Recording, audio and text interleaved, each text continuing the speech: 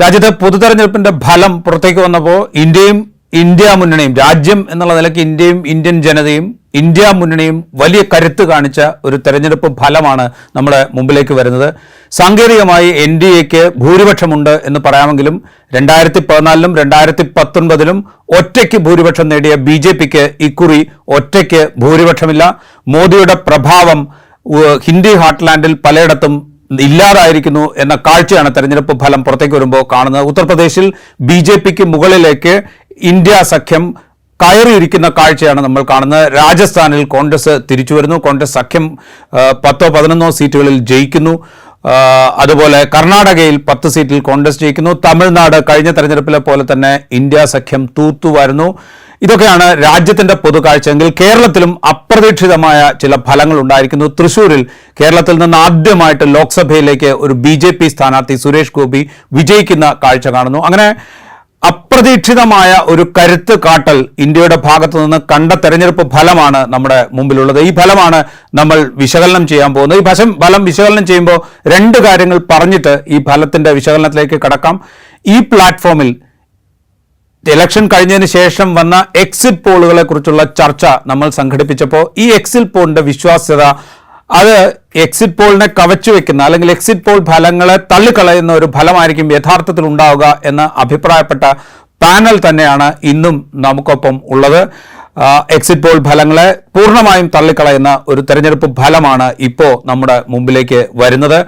അതുപോലെ ഈ പ്ലാറ്റ്ഫോമിൽ ദ എയ്ഡും റിസാല അപ്ഡേറ്റും ചേർന്ന് നടത്തിയ ഈ ചെറിയ പ്ലാറ്റ്ഫോമിൽ മറ്റ് സംസ്ഥാനങ്ങൾ, കേരളം ഒഴിച്ച് കേരളത്തിലെ 20 മണ്ഡലങ്ങൾ നമ്മൾ അനലൈസ് ചെയ്തിരുന്നു. കേരളത്തിന് പുറത്തുള്ള സംസ്ഥാനങ്ങളെ അനലൈസ് ചെയ്തപ്പോൾ അവിടുത്തെ പൾസ് എന്താണ് എന്ന് കൃത്യമായി വിശകലനം ചെയ്തിരുന്നു നമ്മൾ എന്നത് ഓർക്കണം. നമ്മൾ അന്ന് വിശകലനം ചെയ്ത കാര്യങ്ങൾ ഓർത്തെടുത്തു കഴിഞ്ഞാൽ ഏതാണ്ട് അതേപോലെ തന്നെ തെരഞ്ഞെടുപ്പ് ഫലം വന്നത് നമുക്ക് കാണാം. രാജസ്ഥാനിൽ, ഉത്തർപ്രദേശിൽ, ഹരിയാനയിൽ, കർണാടകയിൽ ഒക്കെ ഏതാണ്ട് അതേപോലെ തന്നെ, ആസമിൽ ഒക്കെ ഏതാണ്ട് നമ്മൾ തെരഞ്ഞെടുപ്പ് അവലോകനത്തിൽ പറഞ്ഞ അതേ രീതിയിൽ തന്നെ തെരഞ്ഞെടുപ്പ് ഫലം വന്ന കാഴ്ചയും നമുക്ക് കാണാം. അത് പറഞ്ഞുകൊണ്ട് ഈ തെരഞ്ഞെടുപ്പ് അവലോകനത്തിലേക്ക്, ഫലത്തിൻ്റെയും അതിൻ്റെ പൊരുളും എന്ത് എന്ന് അന്വേഷിക്കുന്ന അവലോകനത്തിലേക്ക് കടക്കുകയാണ്. നമുക്കൊപ്പം ഉള്ളത് രാജ്യത്തെ ഏറ്റവും മുതിർന്ന മാധ്യമപ്രവർത്തകരായ വെങ്കടേഷ് രാമകൃഷ്ണൻ, സിബി സത്യൻ, സണ്ണി സെബാസ്റ്റ്യൻ, ശ്രീജിത്ത് ദിവാകരൻ എന്നിവരാണ്. ഞാൻ ആദ്യം സണ്ണി സെബാസ്റ്റ്യനിലേക്ക് പോകുന്നു. സണ്ണി സെബാസ്റ്റ്യൻ, നമ്മളിത് പറഞ്ഞു തുടങ്ങുമ്പോൾ രാജസ്ഥാൻ പറഞ്ഞുകൊണ്ടാണ് നമ്മൾ സംസ്ഥാനങ്ങളുടെ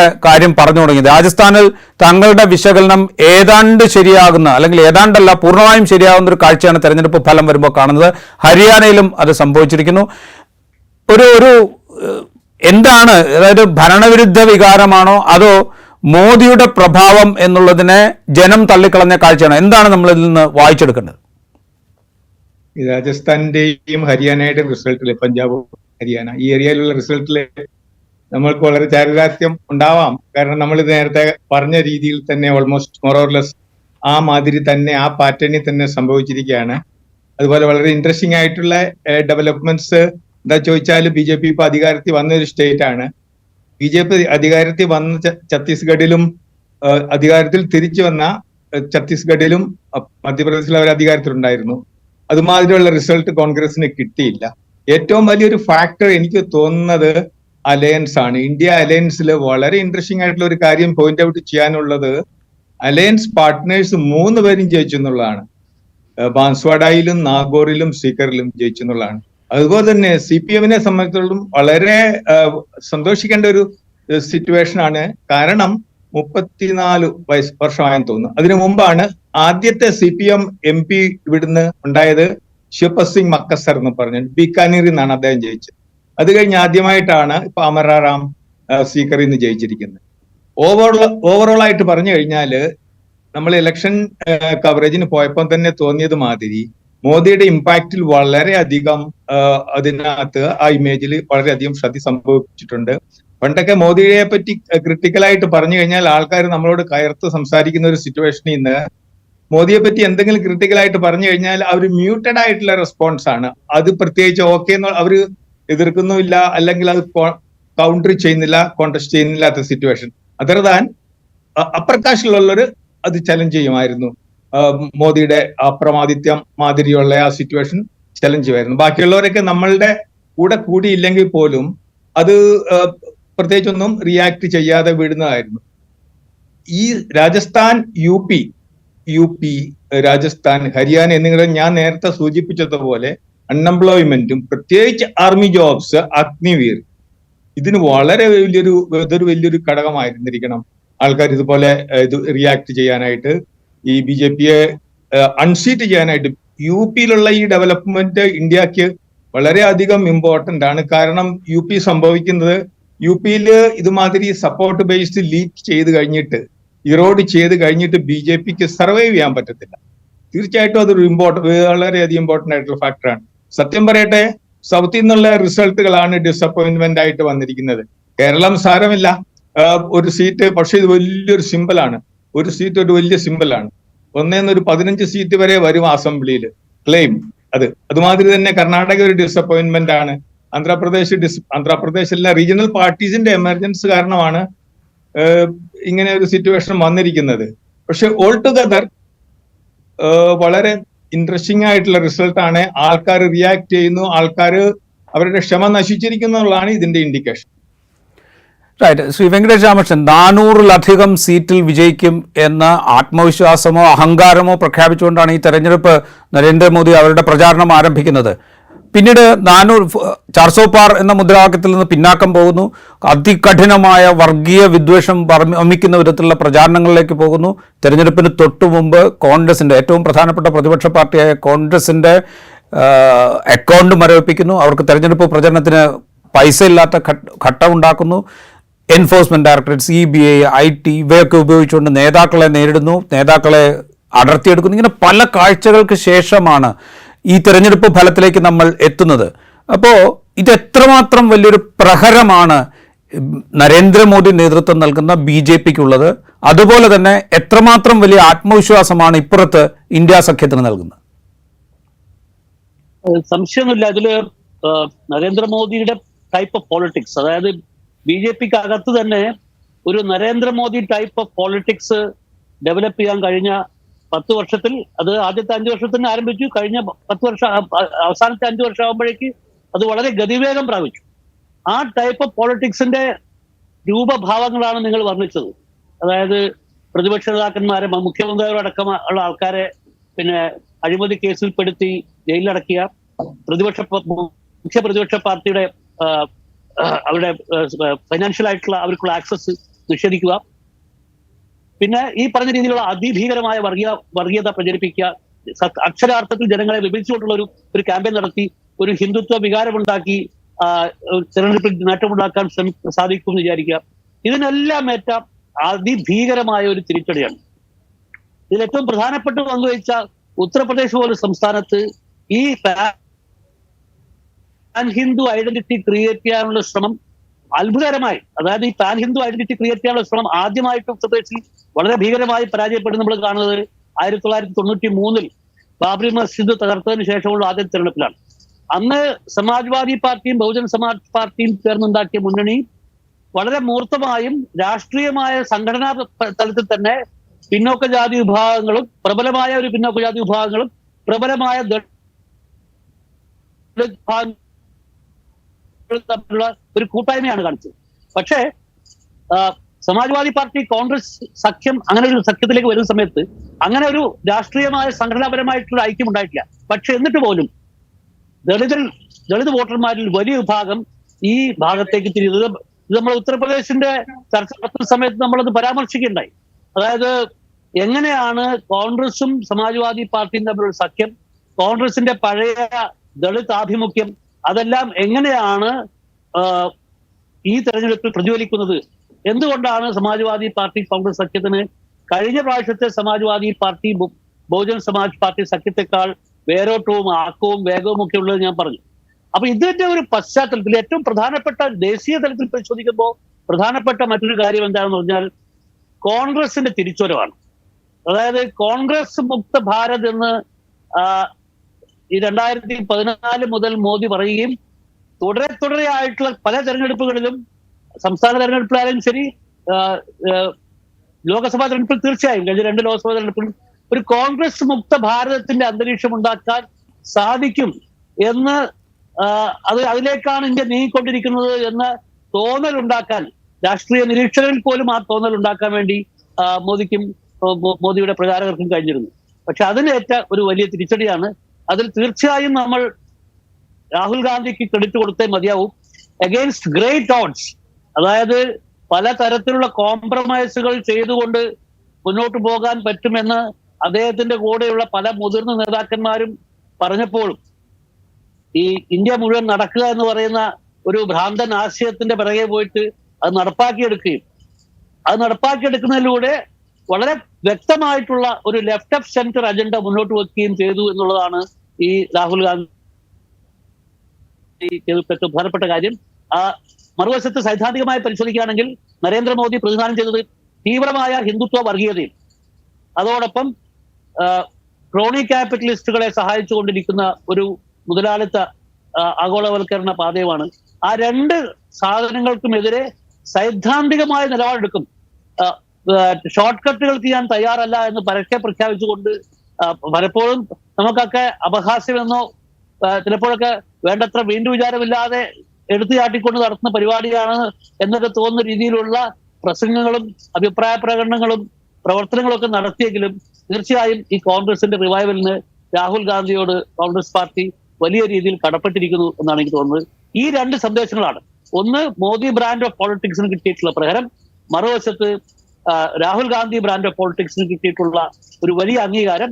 അതോടൊപ്പം ഈ പറഞ്ഞ രീതിയിൽ ഇന്ത്യയിലെ ഏറ്റവും കൂടുതൽ ജനസംഖ്യയുള്ള, ഏറ്റവും കൂടുതൽ ലോക്സഭാ അംഗങ്ങളെ അയക്കുന്ന ഉത്തർപ്രദേശ് പോലുള്ള ഒരു സംസ്ഥാനത്തുണ്ടായിട്ടുള്ള പുതിയ തരത്തിലുള്ള ഒരു സാമൂഹിക ഐക്യം, അത് അഖിലേഷ് യാദവ് കോയിൻ ചെയ്തിട്ടുള്ള PDA എന്ന മുദ്രാവാക്യം, പിച്ചട, ദളിത്, അല്പസംഖ്യക്, പിന്നോക്കജാതി വിഭാഗക്കാർ, ദളിതർ, മതന്യൂനപക്ഷങ്ങൾ, ഇവരുടെ ഒരു ഐക്യം, ആ ഐക്യം തീർച്ചയായും വളരെ പ്രകടമായി വന്നിരിക്കുന്നു.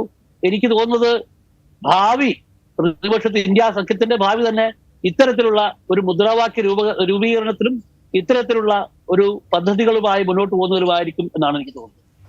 റൈറ്റ്. ഇത് ഈ ഉത്തർപ്രദേശിന്റെ കാര്യം നമ്മൾ സംസാരിച്ചപ്പോൾ 1993 1992 ഡിസംബർ 6 ബാബറി മസ്ജിദ് തകർക്കപ്പെട്ടതിന് ശേഷം നടന്നൊരു തെരഞ്ഞെടുപ്പിന്റെ രാഷ്ട്രീയ പ്രാധാന്യത്തെക്കുറിച്ച് താങ്കൾ സൂചിപ്പിച്ചത് എനിക്ക് ഓർമ്മയുണ്ട്. പക്ഷെ അപ്പോൾ പോലും ഇപ്പോൾ കാണുന്ന വിധത്തിലുള്ളൊരു വിജയം ഒരുപക്ഷെ SP കോൺഗ്രസ് സഖ്യത്തിനുണ്ടാവും എന്നുള്ളൊരു പ്രതീക്ഷ, വിജയമുണ്ടാകും, കൂടുതൽ സീറ്റ് ഉണ്ടാകും എന്ന് നമ്മൾ പറയുമ്പോൾ പോലും ഇത്രയും വലിയൊരു മിന്നുന്ന പ്രകടനം അവിടെ ഉണ്ടാകും എന്ന് നമ്മളാരും പ്രതീക്ഷിച്ചിട്ടില്ല. ഒന്നാമത്തെ കാര്യം. രണ്ടാമത്, ഈ വിജയം നേടുമ്പോൾ പോലും ആ വിജയിക്കുന്ന സീറ്റുകളിലൊക്കെ വലിയ ഭൂരിപക്ഷം SP കോൺഗ്രസ് സഖ്യത്തിനുണ്ട്. റായ്ബറേലിയിൽ രാഹുൽ ഗാന്ധിയുടെ ഭൂരിപക്ഷം 3 ലക്ഷത്തിന് മുകളിലാണ്. അമേഠിയിൽ കോൺഗ്രസ് സ്ഥാനാർത്ഥിയുടെ ഭൂരിപക്ഷം 1 ലക്ഷത്തിന് മുകളിലാണ്. വാരണാസിയിലാകട്ടെ നരേന്ദ്രമോദിയുടെ ഭൂരിപക്ഷം 1.5 ലക്ഷത്തിന് മുകളിൽ മാത്രമാണ്. അപ്പോൾ ഈ നിലയിലേക്ക് അവിടുത്തെ തെരഞ്ഞെടുപ്പ് രാഷ്ട്രീയത്തെ മാറ്റിയെടുക്കാൻ വലിയ ഈ പറയുന്ന ഇക്വേഷൻസിന് അപ്പുറത്തുള്ള ഘടകങ്ങൾ എന്തൊക്കെയാണ്? അത് സത്യത്തിൽ ഈ തെരഞ്ഞെടുപ്പ് ഉത്തർപ്രദേശിൽ ഫൈറ്റ് ചെയ്തത്, ഞാൻ മറ്റേ ഉത്തർപ്രദേശിൽ സംസാരിക്കുമ്പോൾ ഞാനത് പൂർവാഞ്ചൽ വിഷയത്തെ പറ്റി ഞാൻ പറയണ്ടായി. പൂർവാഞ്ചലിൽ വാരണാസി ഒഴിച്ചുള്ള മണ്ഡലങ്ങളിൽ ഞാൻ കണ്ട സിറ്റുവേഷൻ മാസസ് വേഴ്സസ് മോഡി എന്നുള്ളതായിരുന്നു. ജനങ്ങളാണ് ഇവിടുത്തെ തെരഞ്ഞെടുപ്പ് നയിച്ചത്. പ്രതിപക്ഷം അതിന്റെ മുമ്പിൽ കയറി ഇപ്പോൾ നിന്നു മാത്രമേ ഉള്ളൂ. ഉദാഹരണത്തിന് NT രാമറാവിന്റെ ആദ്യത്തെ തെലുഗുദേശം വിജയത്തെ പറ്റിയിട്ട് പറയുന്ന ഒരു സംഭവം എന്ന് വെച്ചാൽ, അദ്ദേഹത്തിന് രാഷ്ട്രീയത്തിൽ യാതൊരു പരിചയമില്ലാത്ത ഒരാളായിരുന്നു. പക്ഷേ ആന്ധ്ര ഗൗരവം എന്ന് പറയുന്നൊരു മുദ്രാവാക്യം അദ്ദേഹം ഉയർത്തുകയും, അതായത് അന്നത്തെ കോൺഗ്രസ് മുഖ്യമന്ത്രിയായിരുന്ന അഞ്ജയ്യ രാഹുൽ ഗാന്ധിയുടെ പിതാവായ രാജീവ് ഗാന്ധിയുടെ ഷൂസ് എടുത്ത് ഹെലികോപ്റ്ററിൽ കൊണ്ടുകൊടുക്കുന്ന ഒരു ദൃശ്യം ഉണ്ടാവുകയും ഒരു ഫോട്ടോ വരികയും, ആ ഫോട്ടോ ആന്ധ്ര ഗൗരവത്തിന് ഏറ്റ വലിയ ക്ഷതമായിട്ട് NT രാമറാവു അവതരിപ്പിക്കുകയും ആ അഭിപ്രായ പ്രകടനം ഒരു വൈകാരിക തരംഗമായി ആന്ധ്രാപ്രദേശിൽ മുഴുവൻ, അന്ന് അവിഭക്ത ആന്ധ്രാപ്രദേശാണ്, അവിടെ മുഴുവൻ പടർന്നു വരികയും ആ വരുന്ന ഒരു ജനക്കൂട്ടത്തിന്റെ വൈകാരികമായ തള്ളിച്ചയ്ക്ക് മുമ്പിൽ നിൽക്കാൻ വേണ്ടി ഈ പുതിയ പാർട്ടിക്ക് സാധിക്കുകയും ചെയ്തതുകൊണ്ടാണ് ആദ്യത്തെ വിജയത്തെ പറ്റി പറയുന്നത്. സമാനമായ രീതിയിൽ ഈ പറഞ്ഞ ജനങ്ങൾ ഏറ്റെടുത്ത ഒരു തെരഞ്ഞെടുപ്പായിരുന്നു ഉത്തർപ്രദേശിൽ. പ്രത്യേകിച്ചും 400 പാർ എന്ന മുദ്രാവാക്യത്തിന്റെ കൂടെ BJPയുടെ ഉത്തർപ്രദേശിലെ തോറ്റുപോയിട്ടുള്ള 3 സ്ഥാനാർത്ഥികളടക്കം, അത് അയോധ്യയിലെ അഭിനയിച്ചു എന്നതിന്റെ പേരിൽ മീററ്റിലെ BJP സീറ്റ് കിട്ടിയ അരുൺ ഗോവിൽ, ഇവർ രണ്ടുപേരും ഈ തെരഞ്ഞെടുപ്പിന്റെ പ്രചാരണ വേളയിൽ അവര് പറഞ്ഞൊരു കാര്യം എന്ന് പറഞ്ഞാൽ, 400 സീറ്റ് എന്തിനാണ് വേണ്ടതെന്ന് വെച്ചാൽ നമുക്ക് ഈ ഭരണഘടനയെ ഒന്ന് അടിമുടി മാറ്റി മറിക്കണം. അതിനു വേണ്ടിയിട്ട് നമുക്ക് 400 സീറ്റ് വേണമെന്നാണ് ഈ രണ്ട് സ്ഥാനാർത്ഥികളും പറഞ്ഞത്. ഇതാണ് ഇന്ത്യ സഖ്യത്തിന്റെ പ്രചാരണത്തിന്റെ ഒരു പ്രധാനപ്പെട്ട സംഭവമായി മാറിയത്. അത് ദളിത് സമൂഹത്തിൽ ഉണ്ടാക്കിയിട്ടുള്ള അനുരണനങ്ങൾ അതിഭയങ്കരമായിരുന്നു. അതായത് ദളിത് സമൂഹത്തിന് ഏതെങ്കിലും ഒരു ദൈവം യഥാർത്ഥത്തിൽ ഉണ്ടെങ്കിൽ അത് ബാബാ സാഹേബ് അംബേദ്കറാണ്. അപ്പൊ അംബേദ്കർ ഉണ്ടാക്കിയിട്ടുള്ള ഭരണഘടനയെ തച്ചുപൊളിക്കാൻ വേണ്ടി ഇവർ 400 സീറ്റിന് വേണ്ടി പ്രയത്നിക്കുന്നു. അതോടൊപ്പം ഈ ഹിന്ദുത്വ രാഷ്ട്രീയത്തിന്റെ ഏറ്റവും ഭീകരമായ കടന്നാക്രമണം നടത്തിക്കൊണ്ടിരിക്കുന്നു എന്നൊക്കെയുള്ളൊരു സ്ഥിതിവിശേഷം വന്നപ്പോൾ ജനങ്ങൾ ഈ സാധനം ഏറ്റെടുക്കുന്ന, ഉദാഹരണത്തിന് ഫൂൽപൂരിൽ രാഹുൽ ഗാന്ധിയും അഖിലേഷും പോയിട്ടുള്ള യോഗത്തിൽ സംഭവിച്ച കാര്യം നമ്മളെല്ലാവരും കണ്ടിട്ടുള്ളതാണ്. ജനങ്ങൾ എന്ന് വെച്ചാൽ ഒരു അതിഭയങ്കരമായ വളരെയധികം വൈകാരികമായ രീതിയിലുള്ള ഒരു അടുപ്പമാണ് അഖിലേഷ് യാദവിനോടും രാഹുൽ ഗാന്ധിയോടും ഈ തെരഞ്ഞെടുപ്പിൽ കാണിച്ചത്. അതുകൊണ്ട് ഈ പറഞ്ഞ സംഘടനാപരമായിട്ടുള്ള സ്ട്രക്ചറൽ ആയിട്ടുള്ള കാര്യങ്ങൾക്കെല്ലാം അപ്പുറം ഇത് മാസസ് വേഴ്സസ് മോദി എന്ന് പറയുന്ന ഒരു തലത്തിൽ കൂടി ഇത് പ്രവർത്തിക്കുകയുണ്ടായി. ഞാൻ സി ബി സത്യനിലേക്ക് വന്നു. സി ബി സത്യൻ, നമ്മൾ പ്രതീക്ഷിച്ചൊരു ഞെട്ടലുണ്ടാക്കിയ സംസ്ഥാനം മഹാരാഷ്ട്രയാണ്.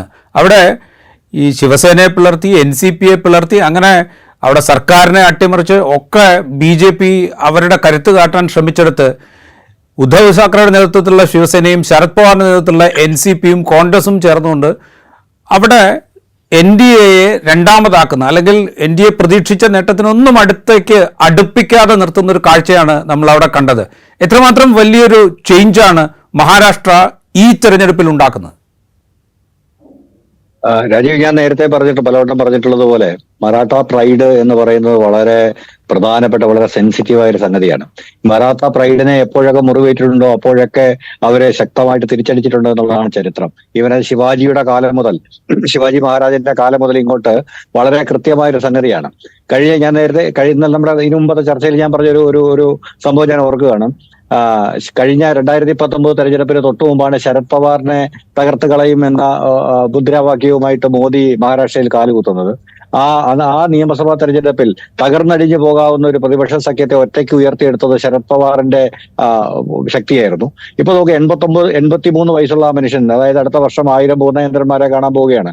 അദ്ദേഹം ക്യാൻസർ ബാധിതനായ, മര്യാദയ്ക്ക് സംസാരിക്കാൻ പറ്റാത്ത ആ ഒരു മനുഷ്യനാണ് ഒരുപക്ഷെ മൊത്തം ഈ മഹാരാഷ്ട്രയിലെ പ്രതിപക്ഷ സഖ്യത്തിന്റെ നട്ടല്ലായി നിന്നുകൊണ്ട് അതിന്റെ ആ മുഴുവൻ വൈകാരികതയെ ഒന്നിച്ച് തോളിലേറ്റിക്കൊണ്ട് ഈ ഗംഭീരമായ പ്രകടനത്തിന് നേതൃത്വം കൊടുക്കുന്നത്. അതുപോലെ തന്നെ ഉദ്ധവ് താക്കറയെ തകർത്ത് കളഞ്ഞു. അതായത് നമ്മൾ പച്ച മലയാളത്തിന്റെ ഭാഷയിൽ പറഞ്ഞു കഴിഞ്ഞാൽ ഉടുതുണി പോലും അഴിച്ചുകൊണ്ട് പോയ അവസ്ഥയിലായിരുന്നു ഉദ്ധവ് താക്കറെയും ശരത് പവാറും. കാരണം അവരുടെ ഒരുവിധപ്പെട്ട എല്ലാ MP മാരെയും MLA മാരെയും അടക്കം തൂത്തുവാരിക്കൊണ്ട് BJP പോയി. പക്ഷെ അവരുടെ കൂടെ ജനങ്ങളുണ്ടായിരുന്നു എന്ന സംഗതി BJP കാര്യമായി കണക്കിലെടുത്തിട്ടില്ല എന്നാണ് നമുക്കിപ്പോൾ മനസ്സിലാവുന്നത്. അതായത് MLA മാരെ വൻ പണം കൊടുത്ത് വാങ്ങിയാൽ അവരുടെ ഒപ്പം മുഴുവൻ ജനങ്ങളും പോവില്ല. കാരണം ശിവസേന അടക്കമുള്ള പാർട്ടികൾ, NCP ആയാലും ശിവസേനയായാലും, രണ്ട് പാർട്ടികളും മഹാരാഷ്ട്രയുടെ പാർട്ടികളാണ്. മഹാരാഷ്ട്രയുടെ ശക്തരായ പ്രാദേശിക പാർട്ടികളാണ്. അപ്പൊ അവരുടെ ഒരു വൈകാരികതയെ ഒട്ടും കണക്കിലെടുക്കാതെ പണത്തിന്റെയും അധികാരത്തിന്റെയും ഹുങ്കിൽ എന്തും ചെയ്യാൻ സാധ്യമാണ്, അല്ലെങ്കിൽ താനൊരു ജൂനിയർ അമിത്ഷായാണ് എന്ന് തെളിയിക്കാനുള്ള ഫഡ്നാവിസിന്റെ ശ്രമം, അദ്ദേഹത്തിന്റെ ഓവർ സ്മാർട്ട് ആയിട്ടുള്ള കളി, ഇതിനെല്ലാം കൂടി ജനങ്ങൾ ഒരു മറുപടി കൊടുത്തു എന്ന് നമുക്ക് വളരെ കൃത്യമായിട്ട് മനസ്സിലാവുന്നുണ്ട്. അതോടൊപ്പം തന്നെ നമ്മൾ എടുത്തു പറയേണ്ട ഒരു സംഗതിയാണ് കോൺഗ്രസ് കാട്ടിയ വിട്ടുവീഴ്ച മനോഭാവം. അതായത് ഈ രണ്ട് പാർട്ടികൾ പിളർന്ന് വളരെ ദരിദ്രമായി പോയിട്ടും വളരെ ശുഷ്കമായി പോയിട്ടും അവർക്ക് ആവശ്യാനുസരണം സീറ്റ് വിട്ടുകൊടുക്കാൻ, അതായത് തങ്ങളെക്കാൾ കൂടുതൽ സീറ്റ് മത്സരിക്കാൻ ശിവസേനയ്ക്ക് വിട്ടുകൊടുത്ത കോൺഗ്രസിന്റെ ഒരു ഉദാരതയുണ്ട്. അപ്പം ഇങ്ങനെയുള്ള എല്ലാ സംഗതികളും കൂടെ ഒത്തുചേർന്നിട്ടാണ് അതിനകത്ത് സത്യം പറഞ്ഞാൽ നമ്മുടെ കേരളത്തിൽ നിന്നുള്ള രമേശ് ചെന്നിത്തല, അദ്ദേഹത്തിന്റെ ഭാഷാ പരിചരണം. കാരണം ഇതിനു മുമ്പ് പലപ്പോഴും മഹാരാഷ്ട്രയിൽ വരുന്ന ആൾക്കാരുടെ ഏറ്റവും വലിയ പ്രശ്നം എന്ന് പറയുന്നത് കമ്മ്യൂണിക്കേറ്റ് ചെയ്യാനുള്ള ഭാഷ അറിയില്ല. എന്നാൽ അക്കാര്യത്തിലൊക്കെ രമേശ് ചെന്നിത്തല വളരെ അതായത് ആ വിട്ടുവീഴ്ചയും അനുനയവും അടങ്ങുന്ന തന്ത്രജ്ഞതയുണ്ട്. അതിന്റെ ഒരു ചാണക്യനായിട്ട് നിന്നുകൊണ്ട് അദ്ദേഹം നടത്തിയ കുറെ കളികൾ. അപ്പം ഇതെല്ലാം കൂടെ ചേർന്നിട്ട് വളരെ ഗംഭീരമായിട്ട്, അതായത് ഞാൻ നേരത്തെ കഴിഞ്ഞ ചർച്ചയിൽ പറഞ്ഞ അതേ വാചകം ഞാൻ വീണ്ടും ആവർത്തിക്കുന്നു, ഇന്ത്യ സഖ്യം എവിടെയെങ്കിലും എണ്ണയിട്ട യന്ത്രം പോലെ പ്രവർത്തിച്ചിട്ടുണ്ടെങ്കിൽ അത് മഹാരാഷ്ട്രയിലാണ്. അതിന്റെ ഗുണഫലമാണ്. കാരണം ആ സഖ്യം ഇന്നൊന്നിലും ഉണ്ടായതല്ല, 2.5-3 വർഷം മുമ്പ് ഉണ്ടായതാണ്. അപ്പൊ ആ സഖ്യം ആ 3.5 വർഷത്തെ എല്ലാ ഉയർച്ചകളും താഴ്ചകളും ഒരുപോലെ അനുഭവിച്ച് മുന്നോട്ട് വന്ന ഒരു ഒരു സംഭവമാണത്. അപ്പൊ അതുകൊണ്ട് അവർക്കിടയിൽ ഒരു ഐക്യമുണ്ട്, അവർക്കിടയിൽ ഒരു ആത്മാവുണ്ട്. ആ ആത്മാവ് ഒറ്റക്കെട്ടായിട്ട് നിന്ന് വർക്ക് ചെയ്തതിന്റെ പ്രതിഫലനമാണ് ഇത്തവണത്തെ റിസൾട്ട് എന്ന് പറയാതെ വയ്യ. നമ്മളിപ്പോ നോക്കിക്കഴിഞ്ഞാൽ ഈവൻ ഉത്തർപ്രദേശിലെ തെരഞ്ഞെടുപ്പ് നോക്കിക്കഴിഞ്ഞാൽ ഉത്തർപ്രദേശിലും SP-യും കോൺഗ്രസുമായിട്ട് കുറച്ച് കാലമായിട്ട് നീണ്ടു നിൽക്കുന്ന ഒരു ബാന്ധവമുണ്ട്. ആ ബാന്ധവത്തിന്റെ അടിസ്ഥാനത്തിലാണ് അവർക്ക് മികച്ച പ്രകടനം അവിടെ കാഴ്ചവെക്കാൻ കഴിഞ്ഞത്. അതായത് UP ആക്ച്വലി ഞെട്ടിച്ചു കളഞ്ഞ ഒരു എന്താ പറയുന്നത് തെരഞ്ഞെടുപ്പ് ഫലമാണ്. നമ്മളിപ്പം ഈ മൊത്തത്തിലെ എക്സിറ്റ് പോളുകളെ വെച്ച് നോക്കുമ്പോൾ ഇപ്പോഴത്തെ ഫലം ആശ്വാസം പകരുന്നതാണെങ്കിലും നമ്മളൊരു കാര്യം മറക്കാതിരിക്കുക, ഇപ്പോഴും NDAക്ക് തന്നെയാണ് ഭൂരിപക്ഷം, NDA തന്നെയാണ് ഭരിക്കാൻ സാധ്യത. പക്ഷേ ഏക ആശ്വാസം ഉണ്ടാകുന്നത് ഈ ഭരിക്കുന്ന NDAയിൽ മോദിയും ഷായും ഉണ്ടാകുമോ എന്നുള്ളത് മാത്രമാണ്. കാരണം മോദിയുടെയും ഷായുടെയും നേതൃത്വത്തിൽ NDA സഖ്യത്തിലേക്ക് ചേരാൻ പോകുന്ന ഓരോ രാഷ്ട്രീയ പാർട്ടിയും ആത്മഹത്യാ മുനമ്പിലാണ്. അവരുടെ മുഴുവൻ MP-മാരെയും തപ്പിയെടുത്ത് നിമിഷങ്ങൾക്കുള്ളിലൊരു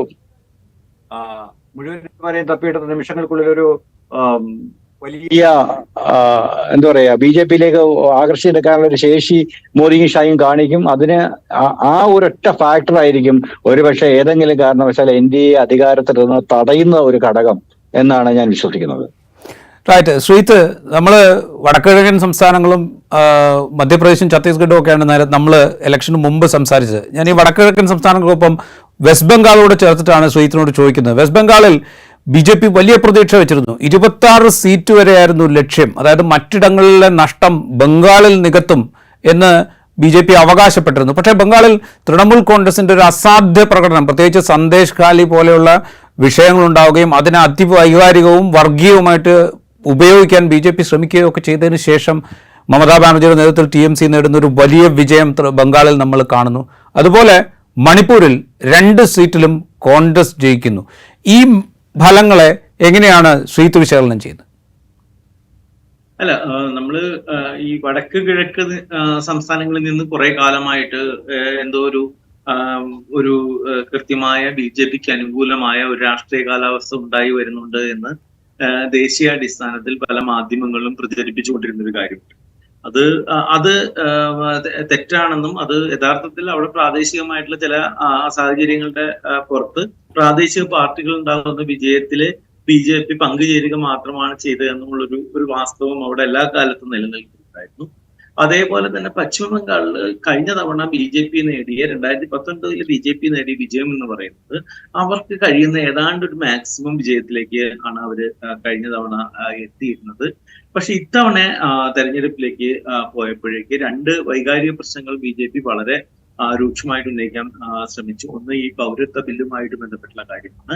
പക്ഷെ അത് തിരിച്ചടിയായിട്ട് BJPക്ക് മാറുമെന്നുള്ള കാര്യം അവർ ആലോചിച്ചില്ല. അത് പൗരത്വ ബില്ല് അതിനെ വളരെ വൈകാരികമായിട്ട് ഉപയോഗിക്കാൻ ശ്രമിച്ചത് അത് ഒരു തരത്തിൽ BJPക്ക് തിരിച്ചടിയായിട്ട് പശ്ചിമ ബംഗാളിൽ മാറി എന്നുള്ളതാണ് എനിക്ക് തോന്നുന്നത് കാര്യം.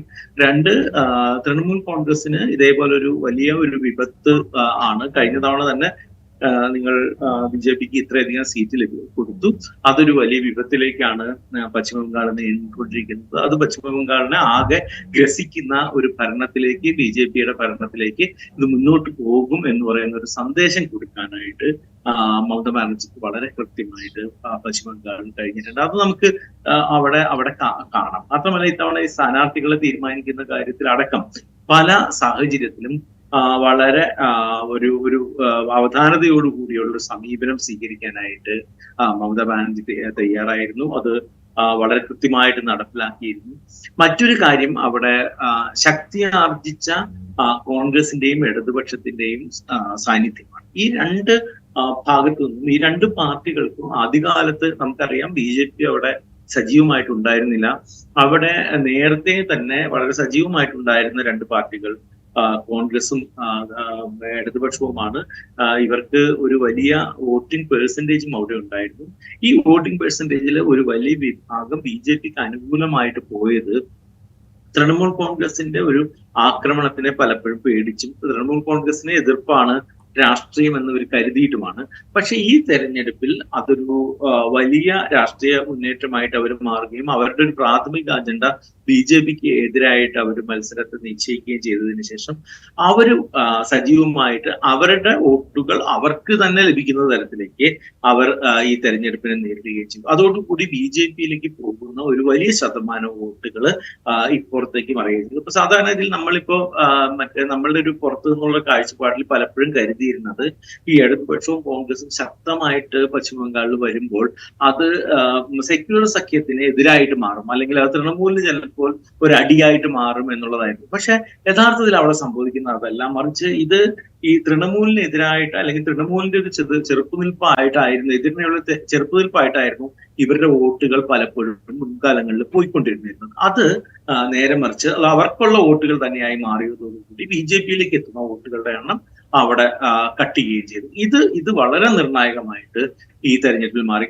നമുക്കിപ്പോ പരിശോധിച്ച് നോക്കിയിട്ട് ഓരോ മണ്ഡലത്തിലുണ്ട്. ഇപ്പൊ ഇടതുപക്ഷത്തിനൊക്കെ കഴിഞ്ഞ തെരഞ്ഞെടുപ്പിൽ കിട്ടിയിരുന്ന ഒരു 3000 വോട്ട്, 4000 വോട്ട്, 6000 വോട്ട് എന്നൊക്കെ പറയുന്നത് 60,000-വും 40,000-വും 30,000-വും ഒക്കെ ആയിട്ട് വർദ്ധിക്കുന്ന തരത്തിലേക്ക് വോട്ടുകൾ മാറിയിട്ടുണ്ട്.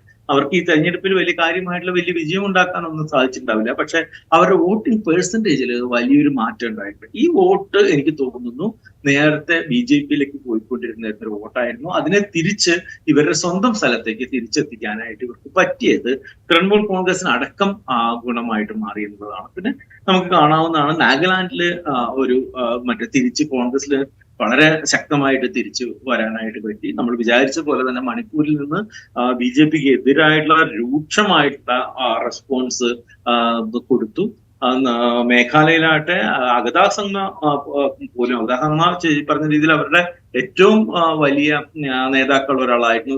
നാഷണൽ പീപ്പിൾസ് പാർട്ടിയുടെ നേരത്തെ കേന്ദ്രമന്ത്രിയും എല്ലാം ആയിരുന്നു. വളരെ സജീവമായിട്ടായിരുന്നു. അഗതാ സംഘ ഇപ്പോ അവസാനം പരിശോധിച്ച് നോക്കുമ്പോൾ പോലും ഏതാണ്ട് ഒരു 3 ലക്ഷത്തോളം വോട്ടിന് പുറകിലാകുന്ന സ്ഥിതിയിലാണ് ഇപ്പൊ അഗതാ സംഘമുള്ളത്. കോൺഗ്രസ് ആണ് അവിടെ നിൽക്കുന്നത്. അപ്പുറത്തെ ഒരു സീറ്റിൽ വിൻസെന്റ് ബാല എന്ന് പറയുന്ന കോൺഗ്രസിന്റെ വലിയ നേതാവാണ് അവിടെ നിൽക്കുന്നത്. പക്ഷെ അദ്ദേഹം അവിടെ പുറകിലാണ്. പക്ഷെ എന്തൊക്കെ പറഞ്ഞാലും മേഘാലയയിലും കോൺഗ്രസിന് തിരിച്ചു വരാനായിട്ട്. അപ്പൊ വടക്ക് കിഴക്കും ഇവിടെ നോക്കിക്കഴിഞ്ഞിട്ടുണ്ടെങ്കിൽ, നമ്മളിപ്പം ഒഡീഷ മാറ്റി നിർത്തി കഴിഞ്ഞിട്ടുണ്ടെങ്കിൽ മറ്റെല്ലാ സ്ഥലങ്ങളിലും BJPക്ക് അവർ വിചാരിച്ചിരുന്നത് UPയിൽ നിന്നോ ബീഹാറിൽ നിന്നോ അല്ലെങ്കിൽ മഹാരാഷ്ട്രയിൽ നിന്നോ നഷ്ടപ്പെടുന്ന സീറ്റുകൾ തിരിച്ചു.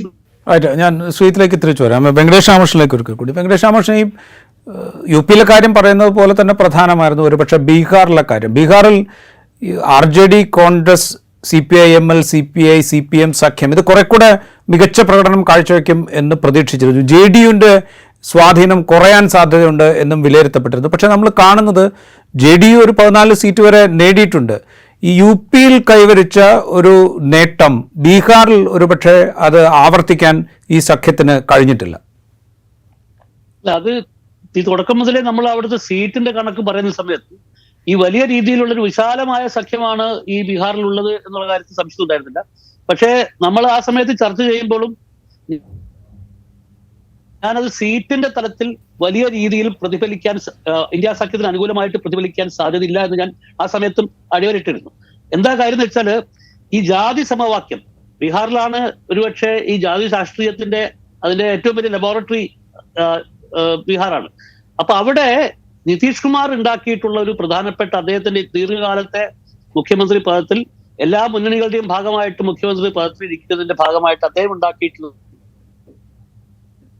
ഒരു പ്രധാനപ്പെട്ട ഒരു കാര്യം എന്ന് പറഞ്ഞാൽ, മോസ്റ്റ് ബാക്ക്വേർഡ് കമ്മ്യൂണിറ്റീസ് അല്ലെങ്കിൽ എക്സ്ട്രീംലി ബാക്ക്വേർഡ് കമ്മ്യൂണിറ്റീസ് എന്ന് പറയുന്ന EBC എന്ന് പറയുന്ന അല്ലെങ്കിൽ MBC എന്ന് പറയുന്ന ചെറിയ ചെറിയ പിന്നോക്ക ജാതി വിഭാഗങ്ങളെ മുഴുവൻ സംഘടിപ്പിച്ച് അവരെ JDUവിന്റെ കൂടെ കൊണ്ടുവരാൻ വേണ്ടിയിട്ട് അദ്ദേഹത്തിന് ഇത്രയും കാലത്തെ ഭരണകാലത്തിന് സാധിച്ചിട്ടുണ്ട്.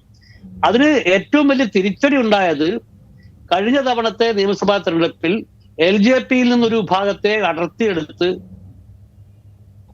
BJP ഒറ്റയ്ക്ക് മത്സരിപ്പിക്കുകയും അത് JDUവിന് വലിയ പാരയായി മാറുകയും അതിന്റെ ഒരു അടിസ്ഥാനത്തിൽ BJP പ്രധാനപ്പെട്ട ഏറ്റവും വലിയ കക്ഷി RJD ആയിരുന്നു കഴിഞ്ഞ നിയമസഭാ തെരഞ്ഞെടുപ്പിൽ.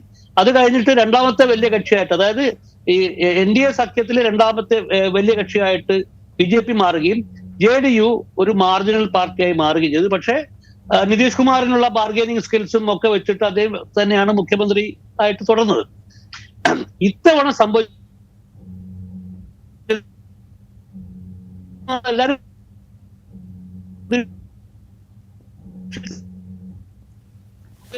ഈ നിതീഷ് കുമാറിന് കുറെ ഒരു ഭാഗം ഉത്തർപ്രദേശിൽ സംഭവിച്ചതുപോലെ അവർ തിരിച്ച് ഇന്ത്യ സഖ്യത്തിനും അനുകൂലമായിട്ട് നിൽക്കും എന്നുള്ള ഒരു ധാരണ ഉണ്ടായിരുന്നു.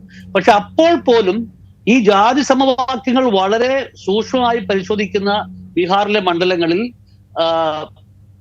ഇന്ത്യ സഖ്യത്തിന് 10 സീറ്റിൽ കൂടുതൽ ഞാൻ പ്രതീക്ഷിച്ചിരുന്നില്ല. പക്ഷേ ഏറ്റവും അത്ഭുതകരമായിട്ട് തോന്നിയ ഒരു കാര്യം എന്ന് വെച്ചാൽ നമ്മൾ എല്ലാവരും പ്രതീക്ഷിച്ചിരുന്നത് ഈ ഇന്ത്യ സഖ്യം ഉണ്ടാക്കുന്ന നാമമാത്രമായ നേട്ടം അത് JDU സീറ്റുകളിൽ നിന്നായിരിക്കും എന്നാണ്. പക്ഷേ ഇവിടെ അത്ഭുതകരമായി സംഭവിച്ചത് JDU സീറ്റുകൾ ശക്തിപ്പെടുകയും BJPക്കാണ് ഇവിടെ ബീഹാറിലും ഇന്ത്യ സഖ്യത്തിനുണ്ടായിട്ടുള്ള നേട്ടങ്ങളെല്ലാം അതിൽ ഭൂരിപക്ഷവും BJPയിൽ നിന്നാണ് ഉണ്ടായിട്ടുള്ളത് എന്നുള്ളതാണ് ഏറ്റവും ശ്രദ്ധേയമായ കാര്യം. അപ്പോ ഇതിനെപ്പറ്റി ഞാനിപ്പോ കുറച്ച് നിമിഷങ്ങൾക്ക് മുമ്പേ ബീഹാറിലെ നമ്മുടെ ഒരു സഹപ്രവർത്തകരായിരുന്ന ആൾക്കാരോട് സംസാരിക്കുകയായിരുന്നു. അവരെല്ലാവരും പറയുന്നത് വെച്ചാൽ ഒരു അടിസ്ഥാനപരമായി ഒരു സോഷ്യൽ ജസ്റ്റിസിൽ ആധാരമാക്കിയിട്ടുള്ള രാഷ്ട്രീയത്തിന്റെ സ്വാധീനവും സാന്നിധ്യവും ബീഹാറിൽ ഈ തെരഞ്ഞെടുപ്പിലുമുണ്ട്. അതിന്റെ പ്രതിഫലനമാണ് അതിപ്പം ഈ ആൾക്കാരുടെ സ്ഥാനാർത്ഥി നിർണയത്തിന്റെ കാര്യത്തിലൊക്കെ നിതീഷ് കുമാർ നടത്തിയിട്ടുള്ള ശ്രദ്ധയുടെ അടിസ്ഥാനത്തിലാണ്. അതിന്റെ വിശദാംശങ്ങൾ അവർ പിന്നീട് നമുക്ക് സംസാരിക്കാമെന്നാണ് പറഞ്ഞത്. പക്ഷെ ഇതാണ് ഈ JDUവിന് അടി കിട്ടുമെന്നാണ് നമ്മൾ തലക്കെട്ട് കൊടുത്തത്. നിതീഷിന് അടി കിട്ടും, മോദിക്ക് പറ്റുമെന്നാണ്. പക്ഷെ ഇവിടെ ബീഹാറിൽ അടി കിട്ടിയിരിക്കുന്നത് അടിസ്ഥാന മോദിക്കാണ്.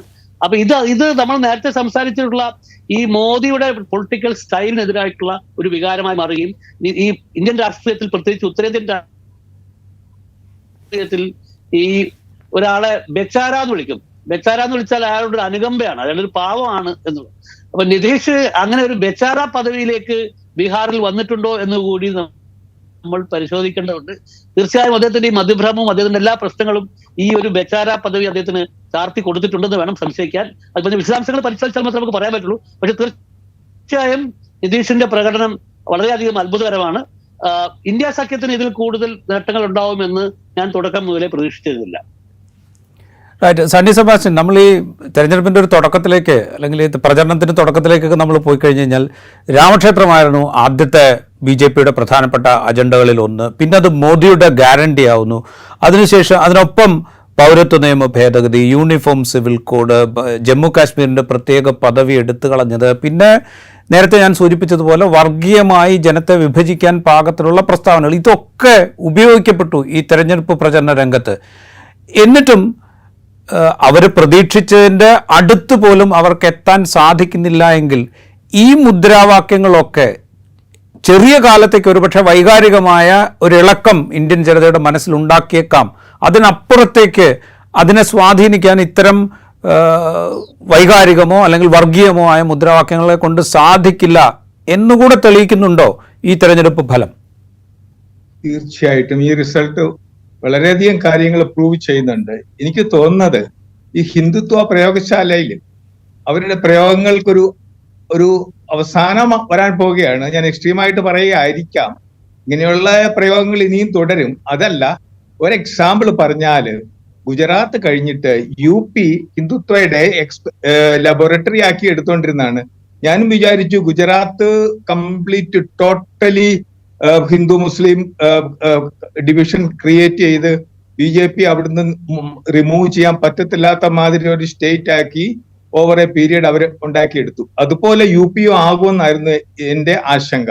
പക്ഷെ UP വേറൊരു എക്സാമ്പിൾ പറഞ്ഞാല് യോഗി ആദിത്യനാഥിന്റെ ബുൾഡോസർ ഗവർണൻസ്, അതായത് ആരെങ്കിലും ഒരു തെറ്റ് ചെയ്ത ആൾ ചിലപ്പം അണ്ടർവേൾഡിന്റെ ക്യാരക്ടർ ആവാം, അല്ലെങ്കിൽ ഒരു ക്രിമിനൽ ആവാം, അല്ലെങ്കിൽ ഒരു സാധാരണ പൊളിറ്റീഷ്യൻ ആവാം. ആ എക്സ്ക്യൂസ് പറഞ്ഞ് അയാളുടെ വീട് ബുൾഡോസർ കൊണ്ട് ഡിമോളിഷ് ചെയ്യുക. അൺഫോർച്ചുനേറ്റ്ലി രാജസ്ഥാനിലെ കോൺഗ്രസ് ഗവൺമെന്റ് പോലും അതുപോലെ ഒരു എക്സാമ്പിൾ ചെയ്തു. റൂൾ ഓഫ് ലോ എന്ന് പറഞ്ഞു കഴിഞ്ഞാൽ ആരെങ്കിലും ഒരു തെറ്റ് ചെയ്ത് കഴിഞ്ഞാൽ ഇതുമാതിരി ഗവൺമെന്റ് റിയാക്ട് ചെയ്യാന്ന് പറഞ്ഞു കഴിയുമ്പോൾ ജനങ്ങളിൽ എന്ത് തരത്തിലുള്ള കോൺഫിഡൻസ് ആ റൂൾ ഓഫ് ലോയിൽ ഉണ്ടാവുന്നത്? അത് ലോലെസ്നെസ് ആണ്. അതൊരു എക്സാമ്പിൾ ആയിട്ട് എടുത്ത് പലയിടത്തും ഇത് നടന്നു. യോഗി ആദിത്യനാഥ് പോലെയുള്ള റോങ് എക്സാമ്പിൾസ് ഓഫ് ലീഡർഷിപ്പ് വരാതിരിക്കാനും ഈ റിസൾട്ട് ഒരു കാരണമാകും. കാരണം ഇങ്ങനൊരു ഗവൺമെന്റ് കാരണമില്ലാതെ, കാരണം ഉണ്ടായിരിക്കാം, പക്ഷെ ആ കാരണം കൊണ്ടല്ല ഡിമോളിഷ് ചെയ്യാനായിട്ട്, ബിൽഡിങ്സ് ഡിമോളിഷ് ചെയ്യാനും ഫ്ലാറ്റ് ആക്കാനും നിലം പരിശാക്കാനും ഒന്നും ഒരു നിയമവും ഇല്ല. അയാൾ ചെയ്ത തെറ്റിന് അയാളെ ട്രയൽ ചെയ്ത് ഇത് ശിക്ഷ കൊടുക്കുക വേണ്ടേ, ഉടനെ ബുൾഡോസർ അയക്കുക. അത് നല്ലൊരു എക്സാമ്പിൾ ആയിട്ട് ബാക്കിയുള്ളവരും അത് സ്വീകരിക്കുക. അതുമാതിരിയുള്ള റോങ് എക്സാമ്പിൾസ് ഒക്കെ സെറ്റ് ചെയ്ത യു.പിയിൽ ഈ ഡെവലപ്മെന്റ് വളരെ നന്നായിരിക്കുന്നു. പിന്നെയുള്ളത് മധ്യപ്രദേശാണ് ഇപ്പോൾ. പക്ഷെ മധ്യപ്രദേശിന്റെ കാര്യം നമ്മൾ ഒരു കാര്യം ശ്രദ്ധിക്കണം. മധ്യപ്രദേശിൽ എക്സ്ട്രീം പോസ്റ്റേഴ്സ് ഹിന്ദുത്വവാദികൾ എടുത്തിട്ടില്ല. വ്യാപം എന്ന് പറയുന്ന അതിഭീകരമായ അഴിമതിയിൽ ഡസൻ കണക്കിന് ആൾക്കാർ ആത്മഹത്യ ചെയ്യുന്ന സ്ഥിതി വന്നു. പക്ഷെ അതെന്തോ പ്രോപ്പറായിട്ട് കോൺഗ്രസ് യൂട്ടിലൈസ് ചെയ്യാൻ പറ്റിയില്ല, എക്സ്പോസ് ചെയ്യാൻ പറ്റിയില്ല. പറ്റാതിരിക്കാൻ ഒരു കാരണമുണ്ട്. അതിനകത്ത് കോൺഗ്രസ് ലീഡേഴ്സും കുറച്ചുപേർ ഇൻവോൾവ് ആയിരുന്നു. വളരെയധികം പൈസ ഇൻവോൾവ് ആയിട്ടുള്ള ഒരു സ്കാൻഡലാണ് അഡ്മിഷന്റെ സ്കാൻഡൽ വ്യാപം. വളരെയധികം കാൻഡിഡേറ്റ്സും ഇൻവോൾവ് ആയിട്ടുള്ള ആൾക്കാർ ആത്മഹത്യയും ചെയ്തു, ഡസൻ കണക്കിന്. എന്നിട്ടും അതുകൊണ്ട് ഗവൺമെന്റിന് ഒരു ക്ഷതിയും വന്നില്ല, പിന്നെയും എലക്റ്റഡ് ആവുകയാണ്. ഒരു എക്സാമ്പിൾ വേറെ പറഞ്ഞാല് ഇൻഡോറില് ട്രാൻസ്പോർട്ട് ഗവൺമെന്റിന്റെ RSRTCയെ പറ്റി കേരളത്തിൽ ഭയങ്കര ജോക്കുകളൊക്കെ ഉണ്ട്. ശമ്പളം കൊടുക്കുന്നില്ല, വണ്ടി ഓടുന്നില്ല, അല്ല വണ്ടിയെല്ലാം ഇവിടെ കിടക്കുകയാണ്, ഷെഡിൽ കിടക്കുക. മധ്യപ്രദേശിൽ ഒരു 20 വർഷം മുമ്പ് ഈ ഗവൺമെന്റ് ബസ് സർവീസ് നിർത്തി. അത് കഴിഞ്ഞിട്ടുള്ള അനാർക്കി അവിടെ ചെന്നാലേ നമുക്ക് മനസ്സിലാവുള്ളൂ. പ്രൈവറ്റ് ബസ് ഓപ്പറേറ്റേഴ്സിന്റെ അത് നമ്മളവർക്ക് ഇങ്ങനെയുള്ള രീതിയിലാണോ ഈ ഡെമോക്രസി ഫങ്ഷൻ ചെയ്യുന്നത്? അതുമാതിരിയുള്ള ദാദാഗിരി, നോർത്ത് ഇന്ത്യൻ ഭാഷ പറഞ്ഞാൽ നടന്നാല് പൊളിറ്റീഷ്യൻസ് വഴിയുള്ള ദാദാഗിരി, അനാർക്കി, ലോലെസ്നെസ് നടന്നിട്ട് പോലും ജയിക്കുന്നുണ്ട്. ജയിക്കുന്നതിന്റെ കാരണം പ്രോപ്പറായിട്ടുള്ള ഒപ്പോസിഷൻ ഇല്ല, അല്ലെങ്കിൽ ഒപ്പോസിഷനും ഈക്വലി കറപ്റ്റ് ആണ്. അവർക്കത് ജനങ്ങളെ കൺവിൻസ് ചെയ്യാൻ പറ്റുന്നില്ല ഈ ആർഗ്യുമെന്റ് കൊണ്ട്. അതുകൊണ്ട് ഈ ഐലൻഡ്സ് ഓഫ് ഹിന്ദുത്വ ഇനിയിപ്പം വരാൻ പോകുന്നത് മധ്യപ്രദേശ്, ഛത്തീസ്ഗഡ്, രാജസ്ഥാൻ അതിന്റെ ഒരു ചെറിയ തോതിലൊരു ഭാഗമാണ്. പക്ഷെ രാജസ്ഥാനില് ഉള്ള വികാരങ്ങളാണ് ബാക്കിയുള്ള ഹരിയാന, രാജസ്ഥാൻ, പഞ്ചാബ്, ഡൽഹിയും വരാമായിരുന്നു. അത് ആം ആദ്മി പാർട്ടിയുടെയും കോൺഗ്രസിന്റെയും ലാക്ക് ഓഫ് കൊഹീഷൻ അവരുടെ ഓപ്പറേഷനിൽ മേ ബി. കാരണം എന്താ വെച്ചാൽ ഡൽഹിയിൽ കാണിക്കുന്ന കാര്യങ്ങളൊക്കെ വളരെ ഫോക്കസ്ഡ് ആണ്, ആൾക്കാരെല്ലാം ശ്രദ്ധിക്കുന്നുണ്ടെന്ന് വിചാരിച്ച് ഒരു പരിധി കഴിഞ്ഞ് കോൺഗ്രസ് ആം ആദ്മിയുമായിട്ട് ഇൻവോൾവ് ആവാൻ താല്പര്യമില്ലായിരുന്നായിരിക്കാം. അൺഫോർച്ചുനേറ്റ്ലി നമ്മൾ നേരത്തെ ഡിസ്കസ് ചെയ്ത പോലെ തന്നെ സ്വാതി മാലിവാൾ ഇഷ്യൂ ഒക്കെ വന്ന് കേജ്രിവാളിന്റെ ഫോക്കസും നഷ്ടമായി.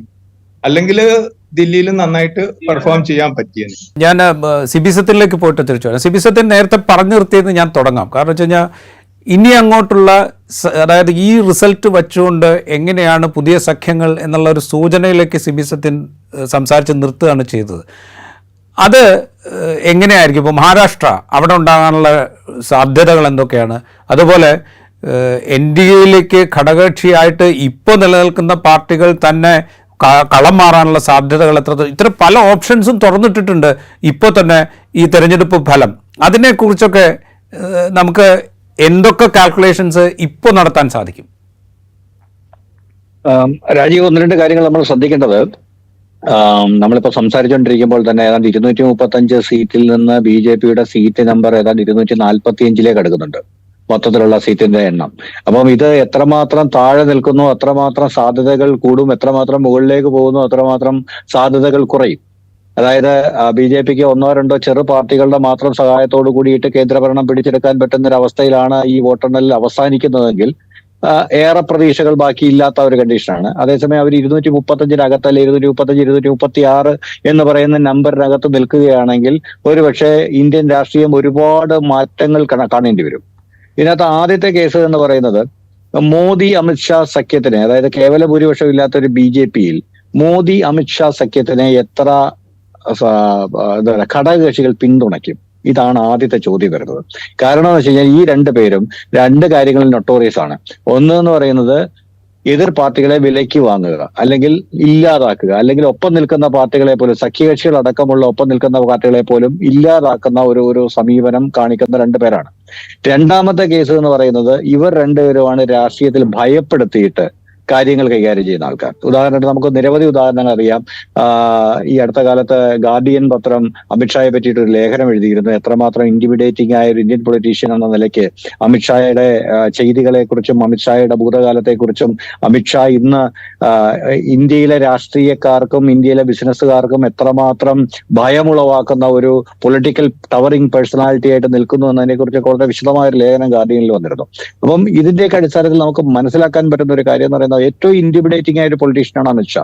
അപ്പൊ അമിത്ഷായും മോദി സഖ്യം വീണ്ടും ഒന്നിച്ചു വന്നു കഴിഞ്ഞാൽ അതിനെ എത്ര പേർ പിന്താങ്ങും? ഇതിനകത്ത് തന്നെ RSSനകത്ത് നമ്മളിപ്പോ എപ്പോഴും പറയാനുള്ള സംഗതിയാണ്, BJP എന്ന് പറയുന്ന RSSന്റെ ഒരു പൊളിറ്റിക്കൽ ഓർഗനാണ്. RSSന്റെ ആശയാഭിലാഷങ്ങൾ നടപ്പിലാക്കലാണ് BJP ചെയ്യുന്നത് എന്ന്. പക്ഷെ കഴിഞ്ഞ 10 വർഷമായിട്ട് യഥാർത്ഥത്തിൽ അങ്ങനെയല്ല.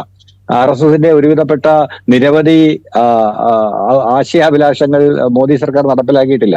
RSS സ്വദേശിവൽക്കരണത്തെ കുറിച്ച് സംസാരിക്കുമ്പോൾ മോദി ക്രോണി ക്യാപിറ്റലിസമാണ് ചെയ്തുകൊണ്ടിരിക്കുന്നത്. അതായത് വൻകിടക്കാരെ വളർത്തിയെടുത്ത് വീണ്ടും വലുതാക്കുന്ന ഒരു സമീപനമാണ് ചെയ്തുകൊണ്ടിരിക്കുന്നത്. അപ്പൊ RSSനകത്തും അതിശക്തമായ എതിർപ്പ് മോദി ഷാ കൂട്ടുകെട്ടിനെതിരെ ഉണ്ട്. പക്ഷെ എന്ന കാരണം ആദ്യമായിട്ട് ഷായും ഒരു സ്വയം സേവകനല്ല എന്നുള്ളതാണ് അതിന്റെ ഒരു കാരണം. പക്ഷെ എന്ത് പറഞ്ഞാലും ഈ കുറച്ചുകൂടി ഒരു ഫേവറബിൾ ആയ ഒരു അവസ്ഥ ഉണ്ടായാൽ നാഗ്പൂരിലെ പ്രിയങ്കരനായ നിതിൻ ഗഡ്കരിയെ ഒരുപക്ഷെ പ്രധാനമന്ത്രി സ്ഥാനത്തേക്ക് ഉയർത്തി കാണിക്കാനുള്ള ഒരു അവസരം ഈ സംഘപരിവാർ സംഘടനകൾ ഒഴിവാക്കില്ല. അപ്പം അത് ആദ്യമായിട്ടാണ് മോദി 2014 വന്നതിന് ശേഷം ഒരുപക്ഷെ ഒരു പാർട്ടിക്കുള്ളിൽ ഒരു ഭീഷണി പോകുന്ന ആദ്യത്തെ സംഭവമായിരിക്കും, ആദ്യത്തെ നിമിഷമായിരിക്കും ഇത്. കാരണം 2014 അന്ന് എല്ലാവർക്കും അംഗീകരിച്ചു കൊടുക്കേണ്ടി വന്ന അന്ന് BJP നേടിയ അത്യുജ്വല വിജയത്തിന് പിന്നിൽ മോദി ഫാക്ടറായിരുന്നു. മോദിയായിരുന്നു അന്നത്തെ ഏറ്റവും വലിയ സ്റ്റാർ ക്യാമ്പയിനർ. അതുകൊണ്ട് അത് മോദിയുടെ വിജയമായിരുന്നു എന്നുള്ളതാണ്. രണ്ടാമത്തെ വർഷം 2019 ഈവൻ സംഘപരിവാർ സംഘടനകൾ അടക്കം BJP കേവല ഭൂരിപക്ഷം നേടുമെന്ന് കരുതിയിരുന്നില്ല. അവരുടെ കണക്കൂട്ടിൽ അത് 250 to 260 സീറ്റുകൾ എന്നോ മറ്റോ ആയിരുന്നു അന്നത്തെ ഒരു കണക്ക് വന്നിരുന്നത്. പക്ഷേ നിർഭാഗ്യവശാൽ 303 സീറ്റുകൾ നേടിയിട്ട് വീണ്ടും BJP അധികാരത്തിൽ വന്നു. അപ്പൊ 303 സീറ്റുകൾ എന്ന് പറയുന്നത് അത് രാജ്യം മൊത്തം വീശിയടിച്ച ആ മോദി പ്രഭാവം, ഇൻവിൻസിബിളായ തോൽപ്പിക്കാനാവാത്ത മോദി എന്ന് പറയുന്ന പ്രഭാവത്തിന്റെ ബാക്കി പത്രമായിരുന്നു. അപ്പം 2024 ആക്ച്വലി ആൾക്കാർക്ക് ഹോപ്പ് നഷ്ടപ്പെട്ടിരുന്നു. കാരണം 400 സീറ്റ് എന്ന് പറയുന്ന ഒരു വൻ പ്രചാരണം അവർ തുടങ്ങി.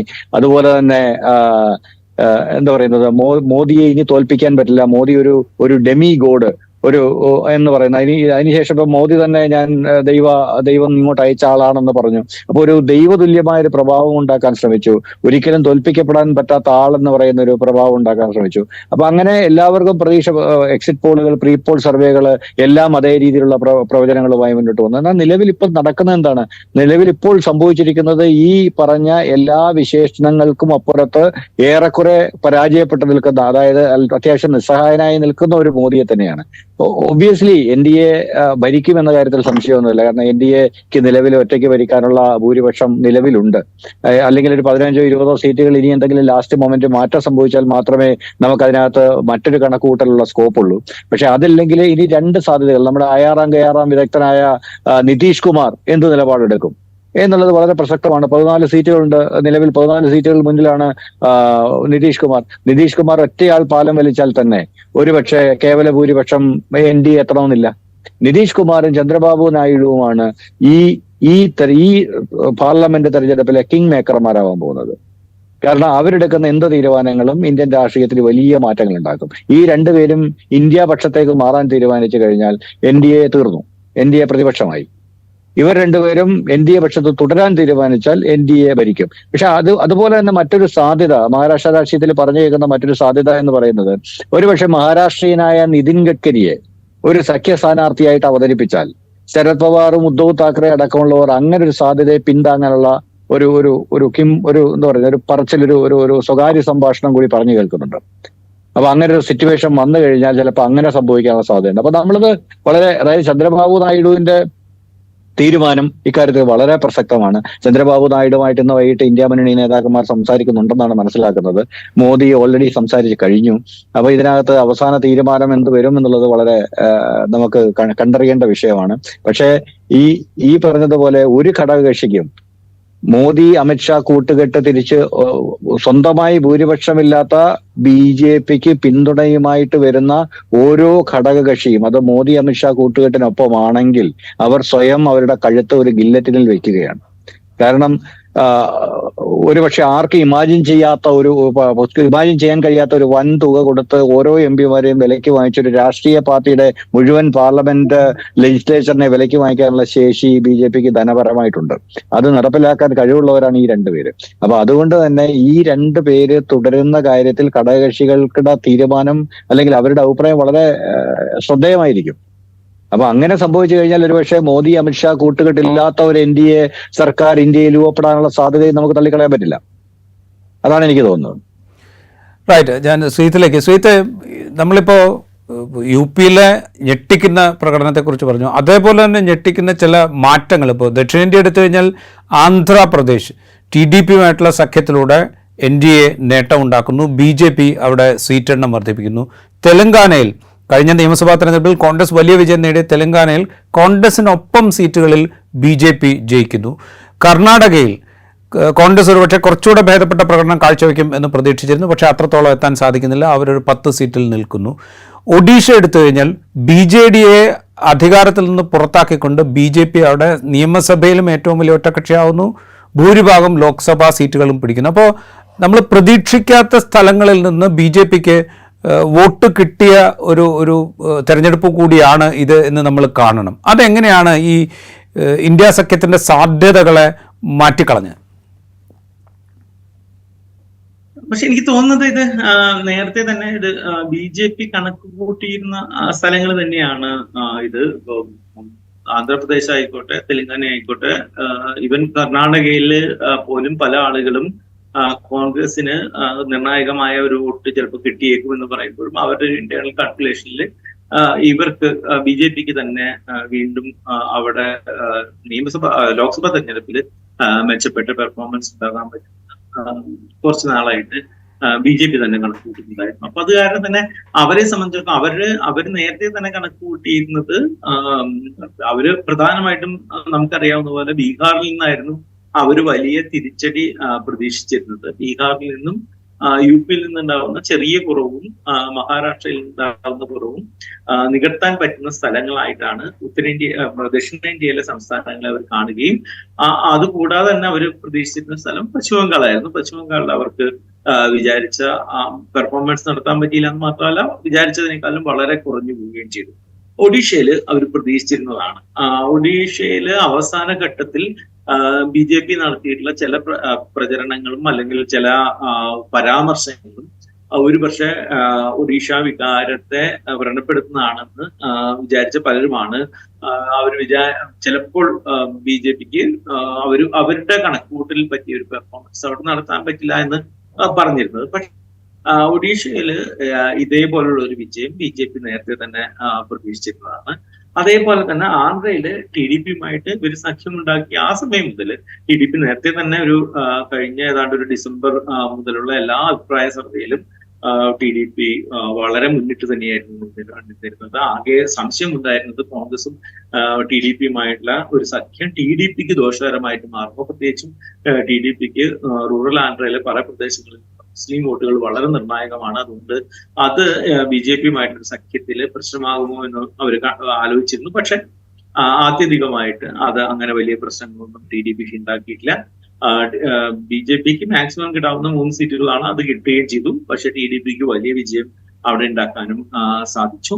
പക്ഷെ പലരും TDP-യെ കണക്കാക്കുന്നത് കോൺഗ്രസ് BJP-യുടെ ഒരു വിശ്വസ്തരായിട്ടുള്ള ഒരു അലയായിട്ടല്ല. അത് നേരത്തെ ഒരു കാലത്ത് ഉണ്ടായിരുന്ന ശിവസേന പോലെയോ അല്ലെങ്കിൽ അകാലിദൾ പോലെയോ രണ്ടു കൂട്ടരെയും ഇപ്പോൾ BJP തന്നെ ഏതാണ് തരത്തിൽ പുറന്തള്ളി ഈ കക്ഷികളൊക്കെ ഉണ്ടായിരുന്ന പോലെയുള്ള ഒരു വിശ്വസിക്കാവുന്ന ഒരു സഖ്യകക്ഷിയായിട്ട് ആരും TDP-യെ കണക്കാക്കുന്നില്ല. TDP അവരുടെ ഒരു മികച്ച അവസരം എന്താണെന്ന് വെച്ചിട്ടുണ്ടെങ്കിൽ അതിലേക്ക് ചാടാൻ പാകത്തുള്ള ഒരു സഖ്യകക്ഷി തന്നെയാണ്. പക്ഷെ TDP-ക്ക് വലിയ വിജയം ഉണ്ടായി. അതുമൂലം ഇപ്പോൾ ഈ പറയുന്ന ഒരു NDA-യുടെ ഇപ്പോഴത്തെ ഒരു ബൾക്ക് എന്ന് പറയുന്നത് JDU-യും TDP-യുമായിട്ട് മാറുകയും ചെയ്തു. അത് അവർ രണ്ടു കൂട്ടരും വളരെ നിർണായകമായിട്ട് ഈ ഇലക്ഷനിൽ മാറുകയും ചെയ്തിട്ടുണ്ടായിരുന്നു. പക്ഷെ മറ്റേ ദക്ഷിണേന്ത്യയിൽ നിന്നുണ്ടായിട്ടുള്ള ഈ വിജയം കോൺഗ്രസിനെ BJP സംബന്ധിച്ചിടത്തോളം അവര് കണക്കുകൂട്ടിയതാണ്.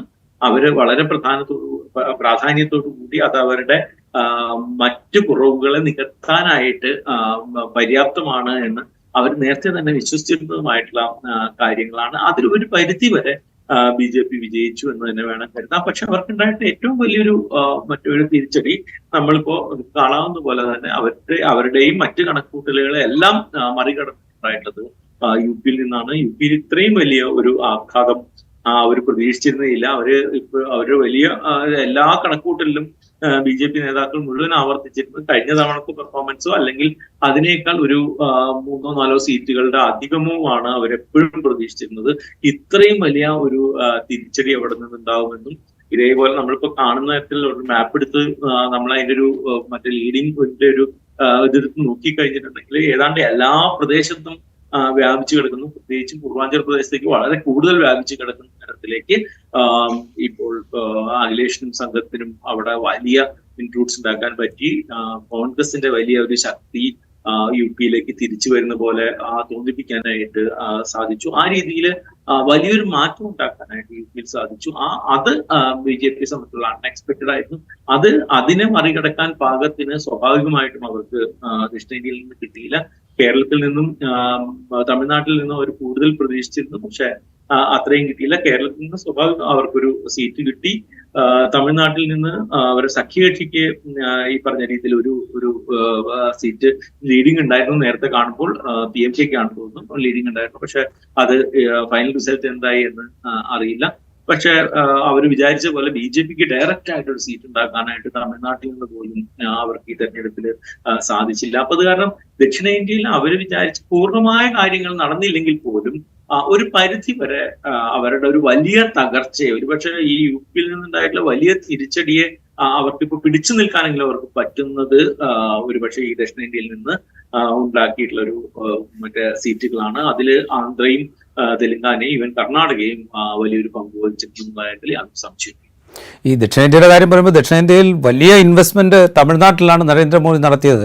പുതിയ പാർലമെന്റ് മന്ദിരത്തിന്റെ ഉദ്ഘാടനം മുതൽ രാജ്യാന്തര തലത്തിൽ നടത്തിയ പ്രസംഗങ്ങളിലെ തമിഴ് പരാമർശങ്ങൾ മുതൽ തമിഴ്നാട്ടിലെ നിരന്തര സന്ദർശനങ്ങൾ മുതൽ അങ്ങനെ പല നിലയ്ക്ക് വലിയ ഇൻവെസ്റ്റ്മെന്റാണ് നരേന്ദ്രമോദിയുടെ സമയവും. ഏറ്റവും അവസാനം കന്യാകുമാരിയിലെ പ്രാർത്ഥന അടക്കം അത് തമിഴ്നാട്ടിലെ തെരഞ്ഞെടുപ്പിനെ സ്വാധീനിച്ചിട്ടില്ല എങ്കിൽ പോലും. പക്ഷേ തമിഴ്നാട്ടിലും പുതുച്ചേരിയിലും ചേർന്ന് 40 സീറ്റിൽ 40 സീറ്റും DMK-യുടെ നേതൃത്വത്തിലുള്ള ഇന്ത്യ സഖ്യം വിജയിക്കുന്ന കാഴ്ചയാണ് നമ്മളിപ്പോൾ കണ്ടുകൊണ്ടിരിക്കുന്നത്. ഞാൻ വെങ്കടേഷ്, കേരളത്തിൻ്റെ കാര്യത്തിലേക്ക് നമുക്ക് വരാം. അതിനു മുമ്പ് വെങ്കടേഷ് രാമകൃഷ്ണനിലേക്ക് ഒരിക്കലും കൂടി ഇപ്പോൾ സിബി സത്യൻ പറഞ്ഞതുപോലെ ഉള്ള ചില സാധ്യതകൾ, അത് BJP-ക്ക് കേവല ഭൂരിപക്ഷം കിട്ടുന്നില്ല എന്നുള്ളത് കൊണ്ട് തന്നെ അതിനുള്ളിൽ ഉണ്ടാകാനിടയുള്ള ഡൈനാമിക്സ് അതെന്തായിരിക്കും എന്നുള്ളൊരു ആകാംക്ഷ വളരെ മുഖ്യമായിട്ട് ഇപ്പോൾ മുന്നിലുണ്ട്. ഇപ്പോൾ മാമാജി എന്ന് വിളിക്കുന്ന ശിവരാജ് സിംഗ് ചൗഹാൻ മധ്യപ്രദേശിൽ നിന്ന് വിദിഷയിൽ നിന്ന് ജയിച്ച് പാർലമെൻറ്റിലേക്ക് എത്തുന്നുണ്ട്. നാഗ്പൂരിൽ നിന്ന് നിതിൻ ഗഡ്കരി ജയിച്ച് പാർലമെൻറ്റിലേക്ക് എത്തുന്നുണ്ട്. നരേന്ദ്രമോദി അമിത്ഷാ സഖ്യത്തിനോട് പരസ്യപ്പെടുത്താത്ത അതൃപ്തി പലരിലും നിലനിൽക്കുന്നുണ്ട് എന്നുള്ളത് നേരിട്ടറിയാവുന്ന ആൾ കൂടിയാണ് താങ്കൾ. എന്ത് തോന്നുന്നു, ഈ ഇക്വേഷൻസിലൊക്കെ BJP അകത്തുള്ള ഇക്വേഷൻസിൽ വരെ മാറ്റം വരുത്താൻ ഈ തെരഞ്ഞെടുപ്പ് ഫലം കാരണമാകും? രാജീവ്, ഒരു തിരുത്ത് ഞാൻ പറഞ്ഞോ, ഒരു തിരുത്ത് പറഞ്ഞിട്ടോ. പരസ്യപ്പെടാത്ത അതിർത്തി എന്നല്ല, പരസ്യപ്പെടുത്താത്ത ഭയം എന്ന വാക്കാണ് ഉപയോഗിക്കുന്നത്.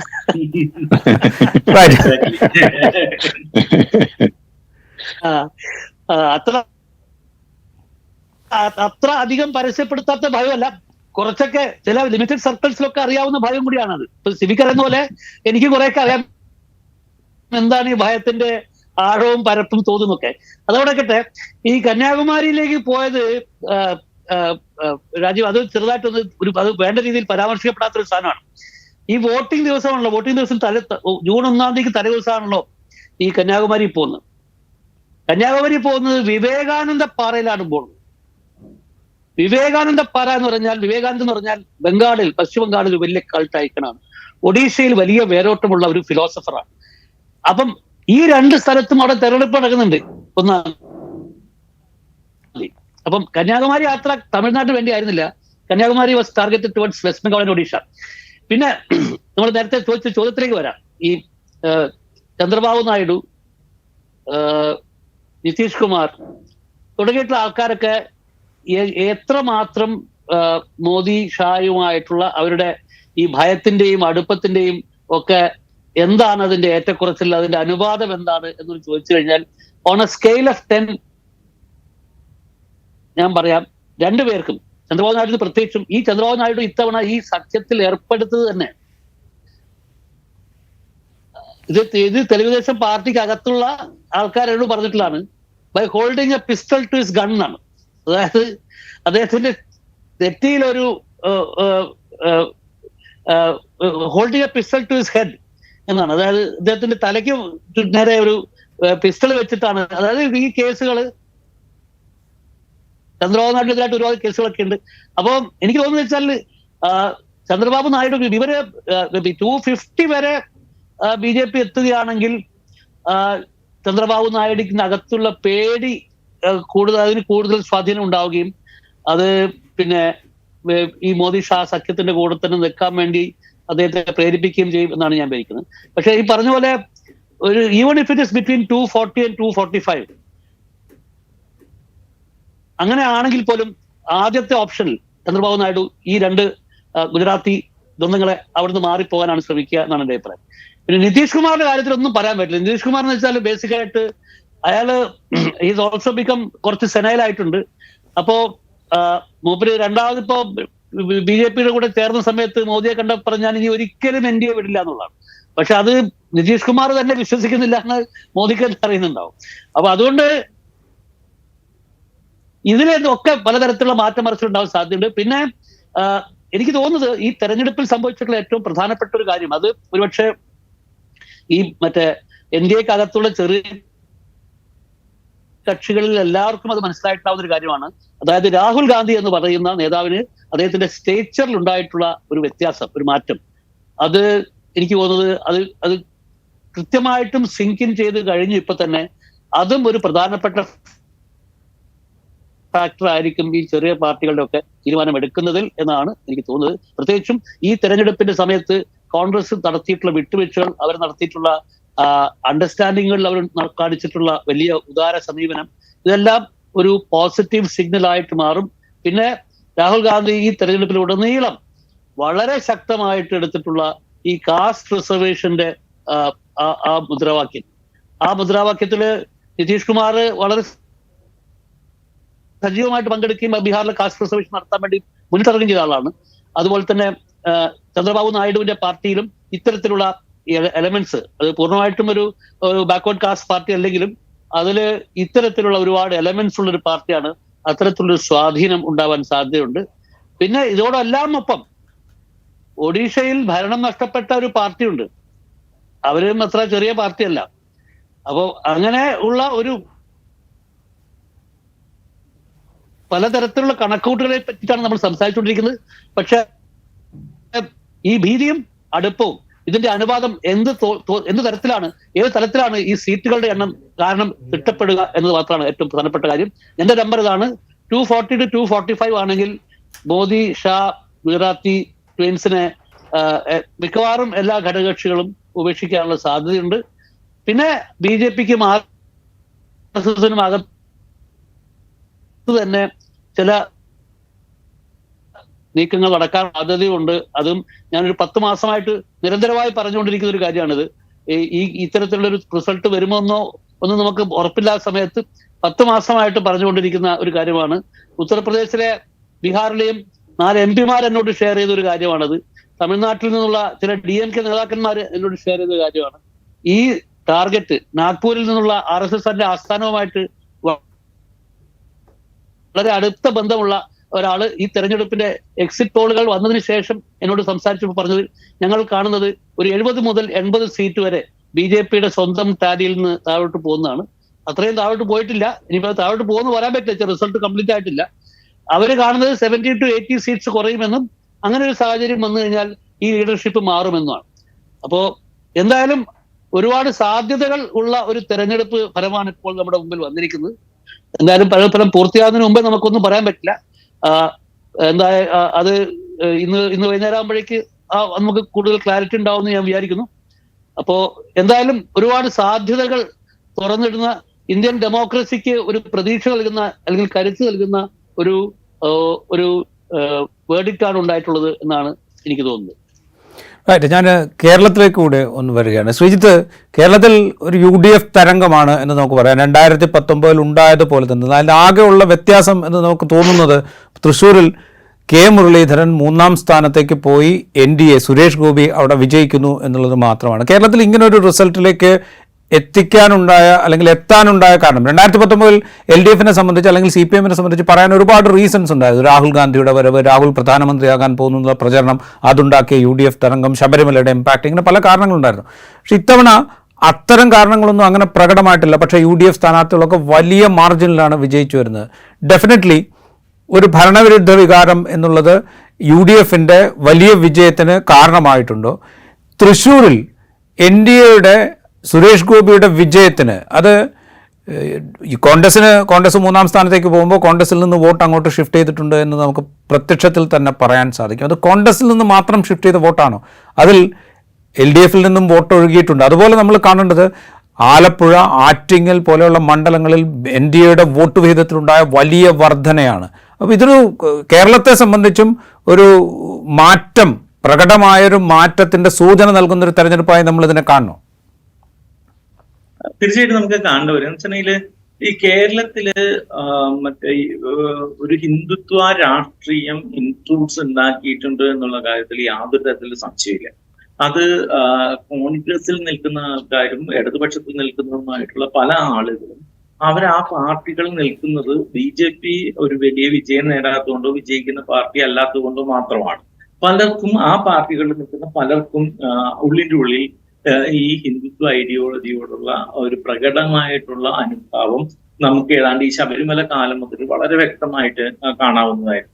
അത് ഇങ്ങനെ പല സമയത്തും പ്രത്യേകിച്ചും കേന്ദ്ര തെരഞ്ഞെടുപ്പുകളിൽ അത് മറനീക്കി വരും. സംസ്ഥാന പ്രാദേശിക തെരഞ്ഞെടുപ്പുകളിൽ അത് അത്രമാത്രം വരില്ല. കാരണം എന്ന് വെച്ചിട്ടുണ്ടെങ്കിൽ അവിടെ BJPയുടെ ഒരു വലിയ വിജയമൊന്നും അവരുടെ മുന്നിലില്ല. മറിച്ച് കേന്ദ്ര തെരഞ്ഞെടുപ്പിൽ അത് വളരെ വ്യക്തമായിട്ട് വരും. അത് വളരെ പ്രധാനപ്പെട്ട ഒരു കാര്യമായിരുന്നു. 2, കേരളത്തിലെ ഈ ഒരു മുസ്ലിം ന്യൂനപക്ഷ വോട്ടുകൾ ഈ തെരഞ്ഞെടുപ്പിലും എനിക്ക് തോന്നുന്നു വളരെ സുഘടിതമായിട്ട് കോൺഗ്രസിന് അനുകൂലമായിട്ട് വന്നിട്ടുണ്ട്.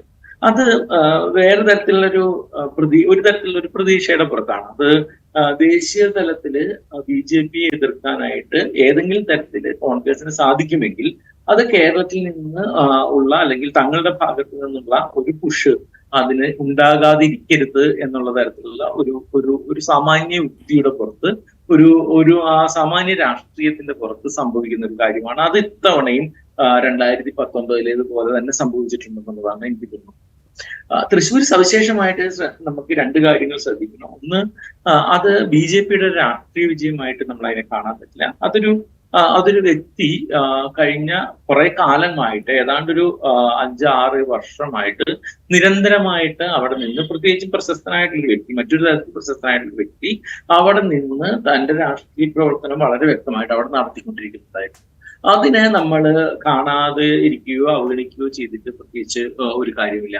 2, അവിടെ കോൺഗ്രസിന്റെ ഭാഗത്ത് നിന്ന് വലിയൊരു വോട്ട് അങ്ങോട്ടേക്ക് ഒഴുകിയിട്ടുണ്ട് എന്നുള്ള കാര്യത്തിൽ യാതൊരു സംശയമില്ല. അത് പ്രത്യേകിച്ചും പഴയ ഒരു കരുണാകരൻ വിഭാഗത്തിൽപ്പെട്ടിട്ടുള്ള അല്ലെങ്കിൽ കോൺഗ്രസിലെ കരുണാകരൻ വിഭാഗത്തിൽപ്പെട്ടിട്ടുള്ള ആ ഫാക്ഷനിലെ ഒരു അനുഭാവികളുമായിട്ട് ഒരു വലിയ വിഭാഗം നേരത്തെ തന്നെ തൃശ്ശൂർ മണ്ഡലത്തിന്റെ വിവിധ അവരുടെ ഭാഗത്തു നിന്ന് ഉദാരമായിട്ട്, പ്രത്യേകിച്ചും പത്മജ കൂടി അപ്പുറത്തേക്ക് എത്തിയതിനു ശേഷം അവരുടെ ഭാഗത്തു നിന്ന് ഉദാരമായിട്ടുള്ള ഒരു പിന്തുണ കൂടി സുരേഷ് ഗോപിക്കുണ്ടായിട്ട്, സുരേഷ് ഗോപി അവരെ സംബന്ധിച്ചിടത്തോളം ഒരു BJPയുടെ സ്ഥാനാർത്ഥിയോ ഒരു മറ്റൊരാളോ അല്ല, മറിച്ച് തങ്ങളുടെ കൂട്ടത്തിലുള്ള ഒരു പരിചിതനായിട്ടുള്ള അല്ലെങ്കിൽ തങ്ങളുടെ വേണ്ടപ്പെട്ട ഒരു കുടുംബക്കാരനായിട്ടുള്ള ഒരാൾ പോലെ തന്നെയാണ് അവര് സുരേഷ് ഗോപിയെ പരിഗണിക്കുകയും ചെയ്യുന്നത്. അതുകൊണ്ട് ഒരു BJPക്കാർക്ക് വോട്ട് ചെയ്തു എന്നുള്ളൊരു കുറ്റബോധം ഇല്ലാതെ തന്നെ ആ വിഭാഗത്തിന് സുരേഷ് ഗോപിക്ക് വോട്ട് ചെയ്യാനായിട്ട് സാധിക്കുകയും ചെയ്യും. അങ്ങനെ ഒരു സവിശേഷമായ ഒരു കാര്യം ഒരു വിജയത്തിലേക്ക് എത്തിക്കുന്ന തരത്തിലേക്കുണ്ട്. പക്ഷെ അല്ലാത്ത തരത്തിൽ രാജീവ് സൂചിപ്പിച്ച തരത്തിലേക്ക് നല്ല ഒരു വലിയ വോട്ട് ശതമാനം കൂടുന്ന തരത്തിലേക്ക് BJPക്ക് അനുകൂലമായിട്ടുള്ള ഒരു മനോഭാവം ഇവിടെ ഉണ്ട് എന്നുള്ള കാര്യത്തിൽ ഒരു സംശയമില്ല. പല സമയത്തും ഈ മഞ്ചേശ്വരത്താണെങ്കിലും തിരുവനന്തപുരത്താണെങ്കിലും ഇതേപോലെ ഈ ഇടതുപക്ഷം നടത്തുന്ന ക്രോസ് വോട്ടിംഗ് പോലെയുള്ള കാര്യങ്ങൾ വഴിയിട്ട് ബലമായിട്ട് BJPയുടെ വോട്ടിംഗ് ഒരു വിജയത്തിന് തടഞ്ഞു നിർത്തുകയാണ് കേരളത്തിൽ ചെയ്തുകൊണ്ടിരിക്കുന്നത്. അത് ശരിക്കും പറഞ്ഞെങ്കിൽ ഒരു വൃഥാശ്രമവും ഒരു വൃഥാ വ്യായാമവുമാണ് അത്. കാരണം അടിസ്ഥാനപരമായിട്ട് BJPക്ക് അനുകൂലമായിട്ടുള്ള ഒരു മാനസികാവസ്ഥ ഇവിടുത്തെ ഈ കോൺഗ്രസിൽ പ്രവർത്തിക്കുന്ന, ഇടതുപക്ഷത്തിൽ പ്രവർത്തിക്കുന്ന ഒരു വലിയ വിഭാഗം ആളുകളുടെ ഇടയിലുണ്ട്. അത് പുറത്തു വരുന്നതാണ് ഒരു തരത്തിൽ രാഷ്ട്രീയപരമായിട്ട് നല്ലത്. കാരണം അത് പുറത്തു വന്നു കഴിഞ്ഞിട്ടുണ്ടെങ്കിൽ അതിനെ നേരിടാനോ അതിനെ രാഷ്ട്രീയപരമായിട്ട് ഏതെങ്കിലും തരത്തിലേക്ക് പ്രതിരോധിക്കാനോ എല്ലാ പാർട്ടികൾക്കും സാധിക്കും. ഇത് മറിച്ച് ഇതല്ലാതെ തന്നെ ഇതിനെ ഒരു ഷാഡോ ചെയ്തതിന് ശേഷം, ഇവരെ മറച്ചു വെച്ചതിന് ശേഷം ഇവര് മറ്റു പാർട്ടികളിൽ പ്രവർത്തിക്കുന്ന ഒരു നിലയായിരുന്നു പലപ്പോഴും കാണാറുള്ളത്. അതിനുള്ളൊരു മാറ്റം കൂടിയായിട്ട് ഇത് വരട്ടെ എന്ന് തന്നെയാണ് ഞാൻ അത് കാരണം തന്നെ ഇവിടെ BJPയുടെ ഇതിനെ കാണുന്നത് ഒരു തരത്തിലൊരു പോസിറ്റീവായിട്ടാണ്. കാരണം ഇത് ഇങ്ങനെ എല്ലാ കാലത്തും മറച്ചു പിടിച്ചും ക്രോസ് വോട്ട് ചെയ്തും തടഞ്ഞു നിർത്തേണ്ട ഒരു കാര്യമല്ല. രാഷ്ട്രീയമായിട്ട് നേരിടേണ്ട കാര്യങ്ങളെ രാഷ്ട്രീയമായിട്ട് തന്നെ പാർട്ടികൾ നേരിടണം എന്നുള്ള അഭിപ്രായക്കാരനാണ് ഞാൻ. അത് കാരണം തന്നെ ആ രീതിയിൽ ഇങ്ങനെ ഒരു തരത്തിൽ വോട്ടിംഗ് ശതമാനം മാറുന്നതും വോട്ടിംഗ് രീതികൾ മാറുന്നതും ഇവിടുത്തെ കോൺഗ്രസും ഇടതുപക്ഷവും കാണുകയും അതിൽ നിന്ന് പാഠങ്ങൾ ഉൾക്കൊണ്ട് മുന്നോട്ട് പോകാനായിട്ട് അവർ ചെയ്യേണ്ട ഒരു ആവശ്യം ഉണ്ട്. UP പോലുള്ള ഒരു സംസ്ഥാനങ്ങളിൽ എങ്ങനെയാണ് ഇതിനെ പ്രതിരോധിക്കുന്നത് മനുഷ്യർ എന്നുള്ളത് കാര്യം ഇവിടെ നിന്ന് നോക്കിയിട്ട് ജനങ്ങൾ പഠിക്കേണ്ട ഒരു കാര്യമാണ്. അപ്പൊ അതിനെ വളരെ ഞാൻ അതിനെ വളരെ പോസിറ്റീവായിട്ടാണ് അത് കാരണം തന്നെ അതിനെ കാണുകയും ചെയ്യും. റൈറ്റ്. ശ്രീ സണ്ണി സെബാസ്റ്റ്യൻ, അവിടെ നിന്ന് നോക്കുമ്പോൾ ഇപ്പോൾ കേരളത്തെക്കുറിച്ച് പറയുമ്പോൾ കേരളത്തിലൊരു സീറ്റ് NDA അല്ലെങ്കിൽ BJP നേടി എന്ന് പറഞ്ഞാൽ ഇനി അത് വിശദീകരിക്കാൻ ബുദ്ധിമുട്ടാവും എന്ന് സൂചിപ്പിച്ചല്ലോ. ഒരു സീറ്റ് നേടുക മാത്രമല്ല അവിടെ സംഭവിച്ചിരിക്കുന്നത്. തിരുവനന്തപുരത്ത് 2ാം സ്ഥാനത്ത് വരുന്നു, ആറ്റിങ്ങലിൽ 2ാം സ്ഥാനത്തോട് തൊട്ടടുത്തുള്ള 3ാം സ്ഥാനത്ത് വരുന്നു.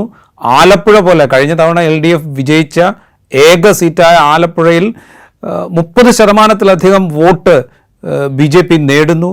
പല മണ്ഡലങ്ങളിലും BJPയുടെ വോട്ട് പെർസെൻറ്റേജ് കൂടുന്നു.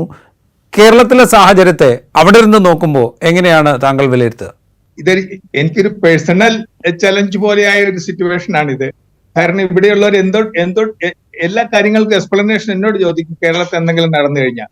അതുപോലെ അവർ സ്വല്പം അഭിമാനത്തോടുകൂടി ഇവിടെയുള്ള പ്രോഗ്രസീവ് ആയിട്ടുള്ള ആൾക്കാര്, CPIയുടെ ആൾക്കാര്, കുറച്ച് പ്രോഗ്രസീവ് കോൺഗ്രസ്സുകാര്, അങ്ങനെയുള്ളവരൊക്കെ എപ്പോഴും കേരളത്തിലെ കണ്ടില്ലേ, കേരളത്തിലാണ് ഇത് നടക്കത്തില്ല.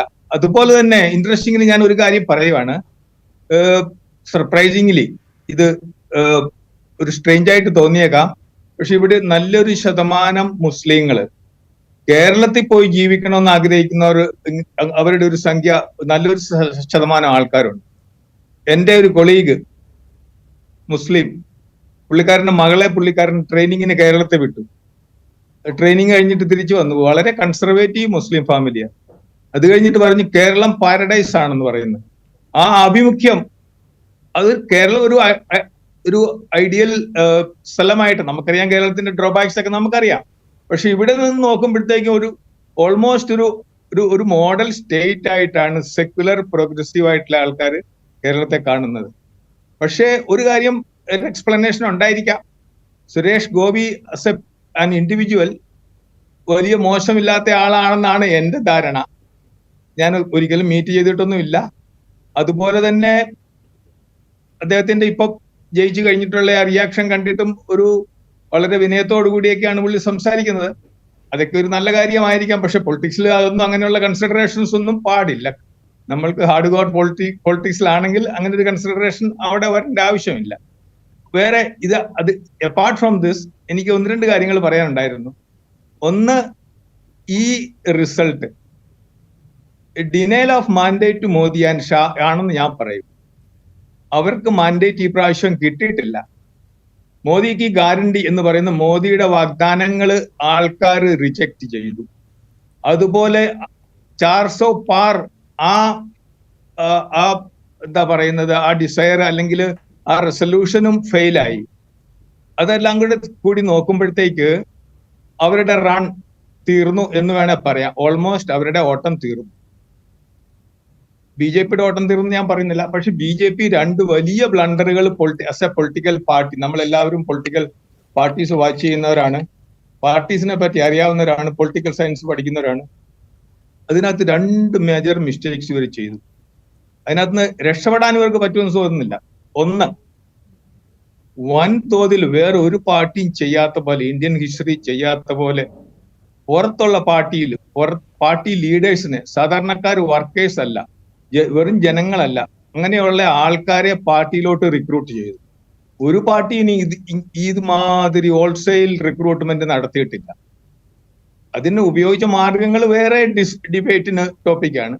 പക്ഷേ ഔട്ട്സൈഡേഴ്സിനെ ഇതുപോലെ പാർട്ടിയിലോട്ട് എടുത്ത് അവർക്കൊരു അഹങ്കാരം ഉണ്ടായിരുന്നു, ഞങ്ങളുടെ ഫോൾഡിൽ വന്നു കഴിഞ്ഞാൽ ഞങ്ങളുടെ നിയമം അനുസരിച്ച് നിങ്ങൾ നീങ്ങും. അതൊരിക്കലും നടക്കാൻ പോകുന്നില്ല. കോൺഗ്രസിന്റെ ഡിസിപ്ലിൻ വെക്കാത്ത ആൾക്കാർ BJP ചെന്നിട്ട് BJPയുടെ ഡിസിപ്ലിൻ എത്ര നാളത്തേക്ക് വെക്കും? അത് അറ്റ് ഗൺ പോയിന്റ് അവർ BJP വന്നു കാണും.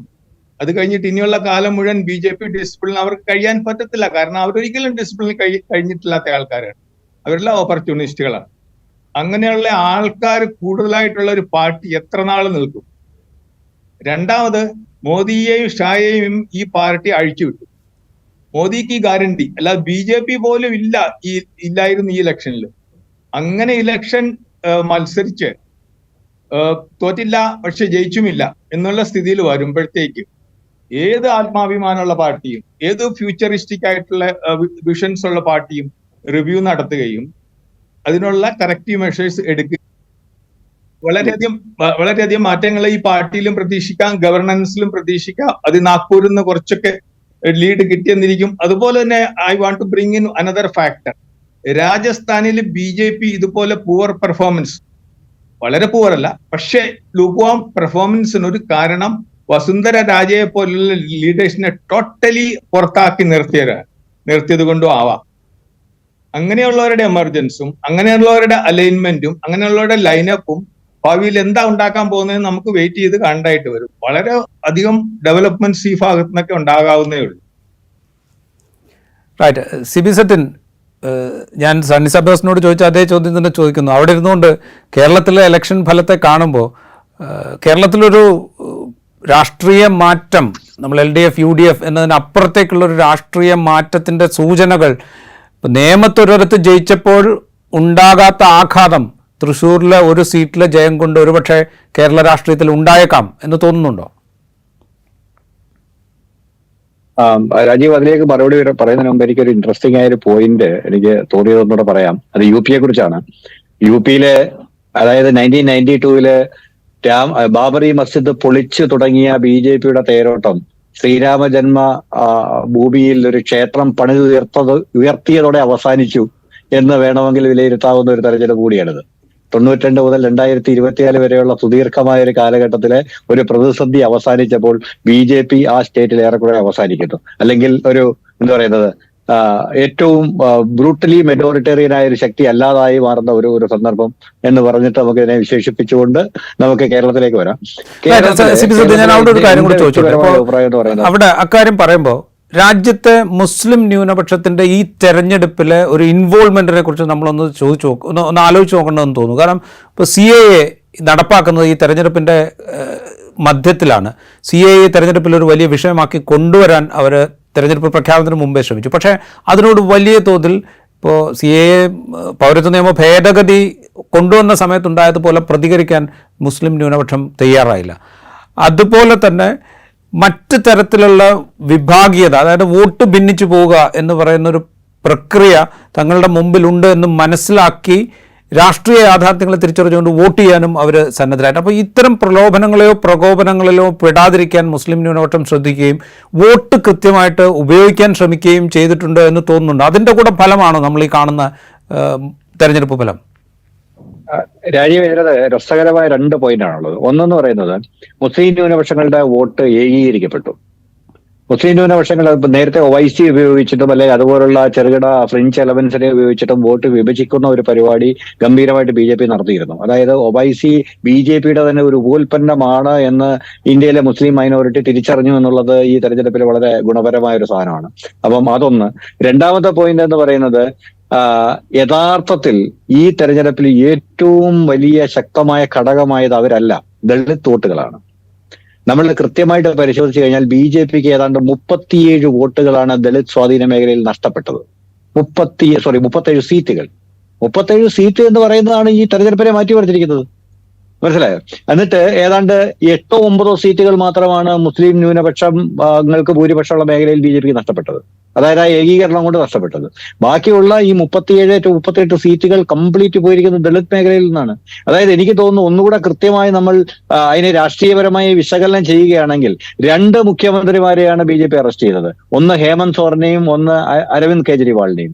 നമ്മളെല്ലാം പ്രതീക്ഷിച്ചത് അരവിന്ദ് കെജ്രിവാളിന്റെ അറസ്റ്റാണ് ഇന്ത്യയിലെ രാഷ്ട്രീയത്തെ മാറ്റിമറിക്കാൻ പോകുന്നതെന്നാണ്. പക്ഷേ നമ്മൾ ഒന്നുകൂടെ സൂക്ഷ്മമായി നോക്കിയാൽ ഹേമന്ത് സോറന്റെ അറസ്റ്റാണ് ഇന്ത്യൻ രാഷ്ട്രീയത്തെ മാറ്റിമറിച്ചിരിക്കുന്നത്. കാരണം ഇത്രയേറെ ദളിത് വോട്ടുകൾ മറിയാനുള്ള ഒരു കാരണം ഇത് ഒന്ന് ഭരണഘടന ഇവർ തിരുത്തിയേക്കുമെന്ന ഭയം. നേരത്തെ വെങ്കടേഷ് സാറ് പറഞ്ഞതുപോലെ ബാബാ സാഹേബ് അംബേദ്കർ ആണ് ഇന്ത്യൻ ദളിതിന്റെ ദൈവം. അപ്പൊ അദ്ദേഹം ഉണ്ടാക്കി ഇന്ത്യൻ ഭരണഘടന അട്ടിമറിക്കുമോ എന്ന് പറയുന്ന ആ ഒരു ഭീതിയുടെ ഒരു സൈഡ്. രണ്ടാമത്തെ വശം എന്ന് പറയുന്ന ഹേമന്ത് സോറനെ പോലുള്ളൊരു ദളിത് വംശജനെ അറസ്റ്റ് ചെയ്ത് ജയിലിൽ അടയ്ക്കാൻ വേണ്ടിയിട്ട് BJP ഗവൺമെന്റ് കാണിച്ച ഒരു ഉത്സാഹം. ഇപ്പൊ ഇത് ഇങ്ങനെയുള്ള 4 ഘടകങ്ങൾ 37 സീറ്റുകൾ ഏതാണ്ട് ദളിത് മേഖലയിൽ ഭൂരിപക്ഷം നേടാൻ നഷ്ടപ്പെടാൻ BJPക്ക് നഷ്ടപ്പെട്ടിരിക്കുന്നു. ഏതാണ്ട് 45ഓളം സീറ്റുകൾ ഇന്ത്യ സഖ്യത്തിന് മുന്നേറ്റം ഉണ്ടായിരിക്കുന്നു. അപ്പൊ അങ്ങനെ അതൊരു വലിയ നമ്പറാണ്. അതാണ് ഇത്തവണത്തെ തെരഞ്ഞെടുപ്പിലെ ഏറ്റവും വലിയ ഹൈലൈറ്റ് നമ്മൾ ശ്രദ്ധിച്ചില്ലെങ്കിൽ. പിന്നെ കേരളത്തിലേക്ക് വരികയാണെങ്കിൽ നമ്മൾ അടിസ്ഥാനപരമായി മനസ്സിലാക്കേണ്ടത് ഏറ്റവും വലിയ മുഖംമൂടി അണിഞ്ഞ എന്നാൽ ഇന്റേണലി ഏറ്റവും കൂടുതൽ കമ്മ്യൂണലായ ഒരു സമൂഹമായിട്ട് കേരളം മാറിയിട്ടുണ്ട്. അക്കാര്യത്തിൽ യാതൊരു സംശയവുമില്ല.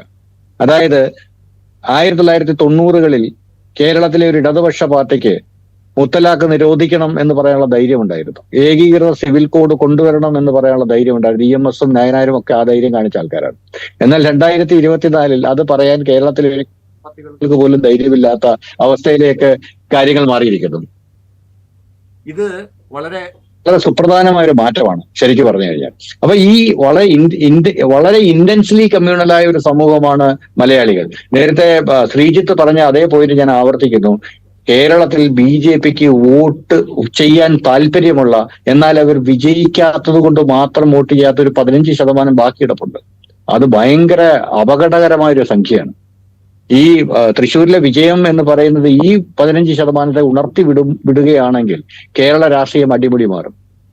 ഇതിനകത്ത് 2 ഘടകങ്ങളാണ് നമ്മൾ പറയേണ്ടത്. നമ്മൾ ഒരിക്കലും ഇതിനെ രാഷ്ട്രീയമായിട്ട് നിസ്സാരവൽക്കരിക്കേണ്ട കാര്യമില്ല.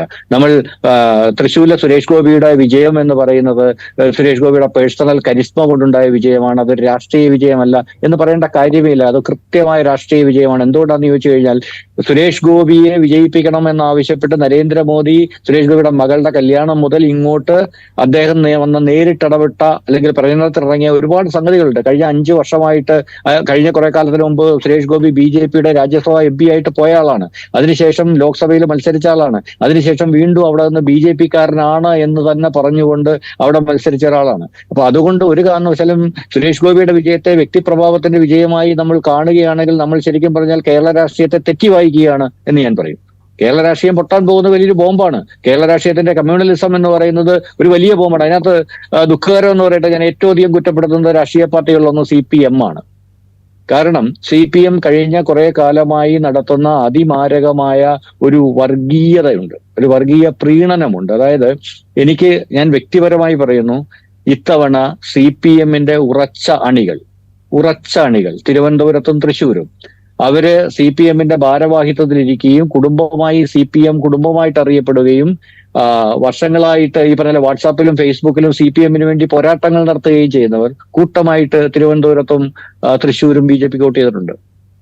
ഇതൊരു വളരെ നിശബ്ദമായ മൂവ്മെന്റ് ആണ്. കാരണം എന്ന് വെച്ച് കഴിഞ്ഞാൽ നമ്മൾ വളരെ ഭീതിജനകമായ ഒരു മൂവ്മെന്റ് ആണ്. നമ്മളതിനെ ഒരിക്കലും കണ്ടില്ലെന്ന് അടിച്ചുകൂടും. അതുപോലെ തന്നെ കോൺഗ്രസിന്റെ കേസിൽ TN പ്രതാപന്റെ നേതൃത്വത്തിലുള്ള ഒരു വലിയ പണി തൃശ്ശൂർ നടന്നിട്ടുണ്ട്. അക്കാര്യത്തിൽ സംശയമൊന്നുമില്ല.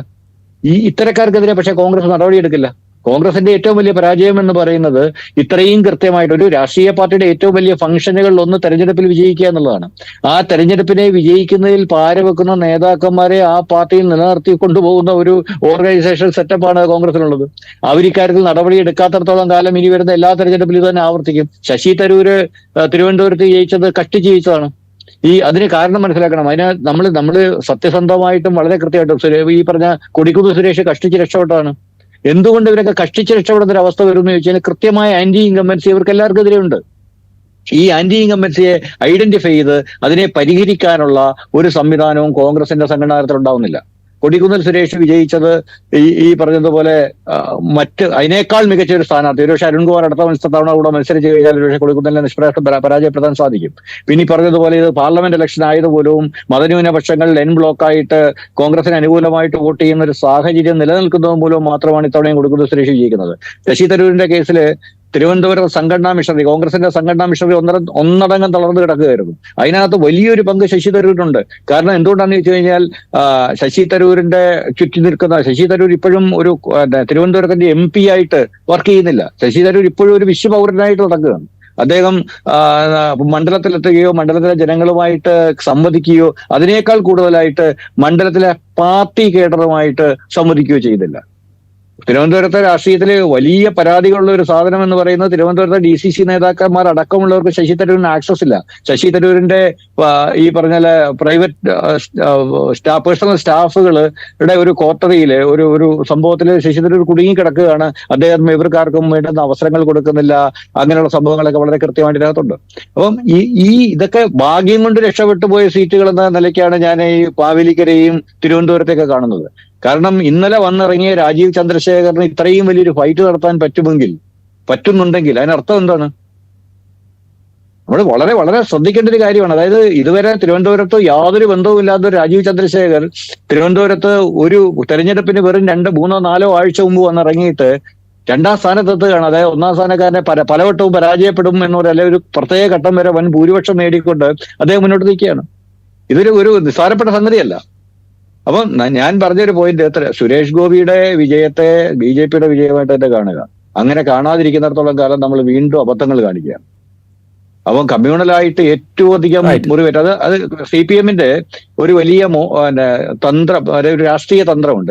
CPM ഇപ്പൊ കേരളത്തിൽ പയറ്റുന്ന രാഷ്ട്രീയ തന്ത്രങ്ങളൊന്നും ഞാനതിനെ ജാതി മതപരമായിട്ടൊന്ന് വിഭജിച്ച് പറഞ്ഞാല് അതേതാണ്ട് ഇങ്ങനെയാണ്.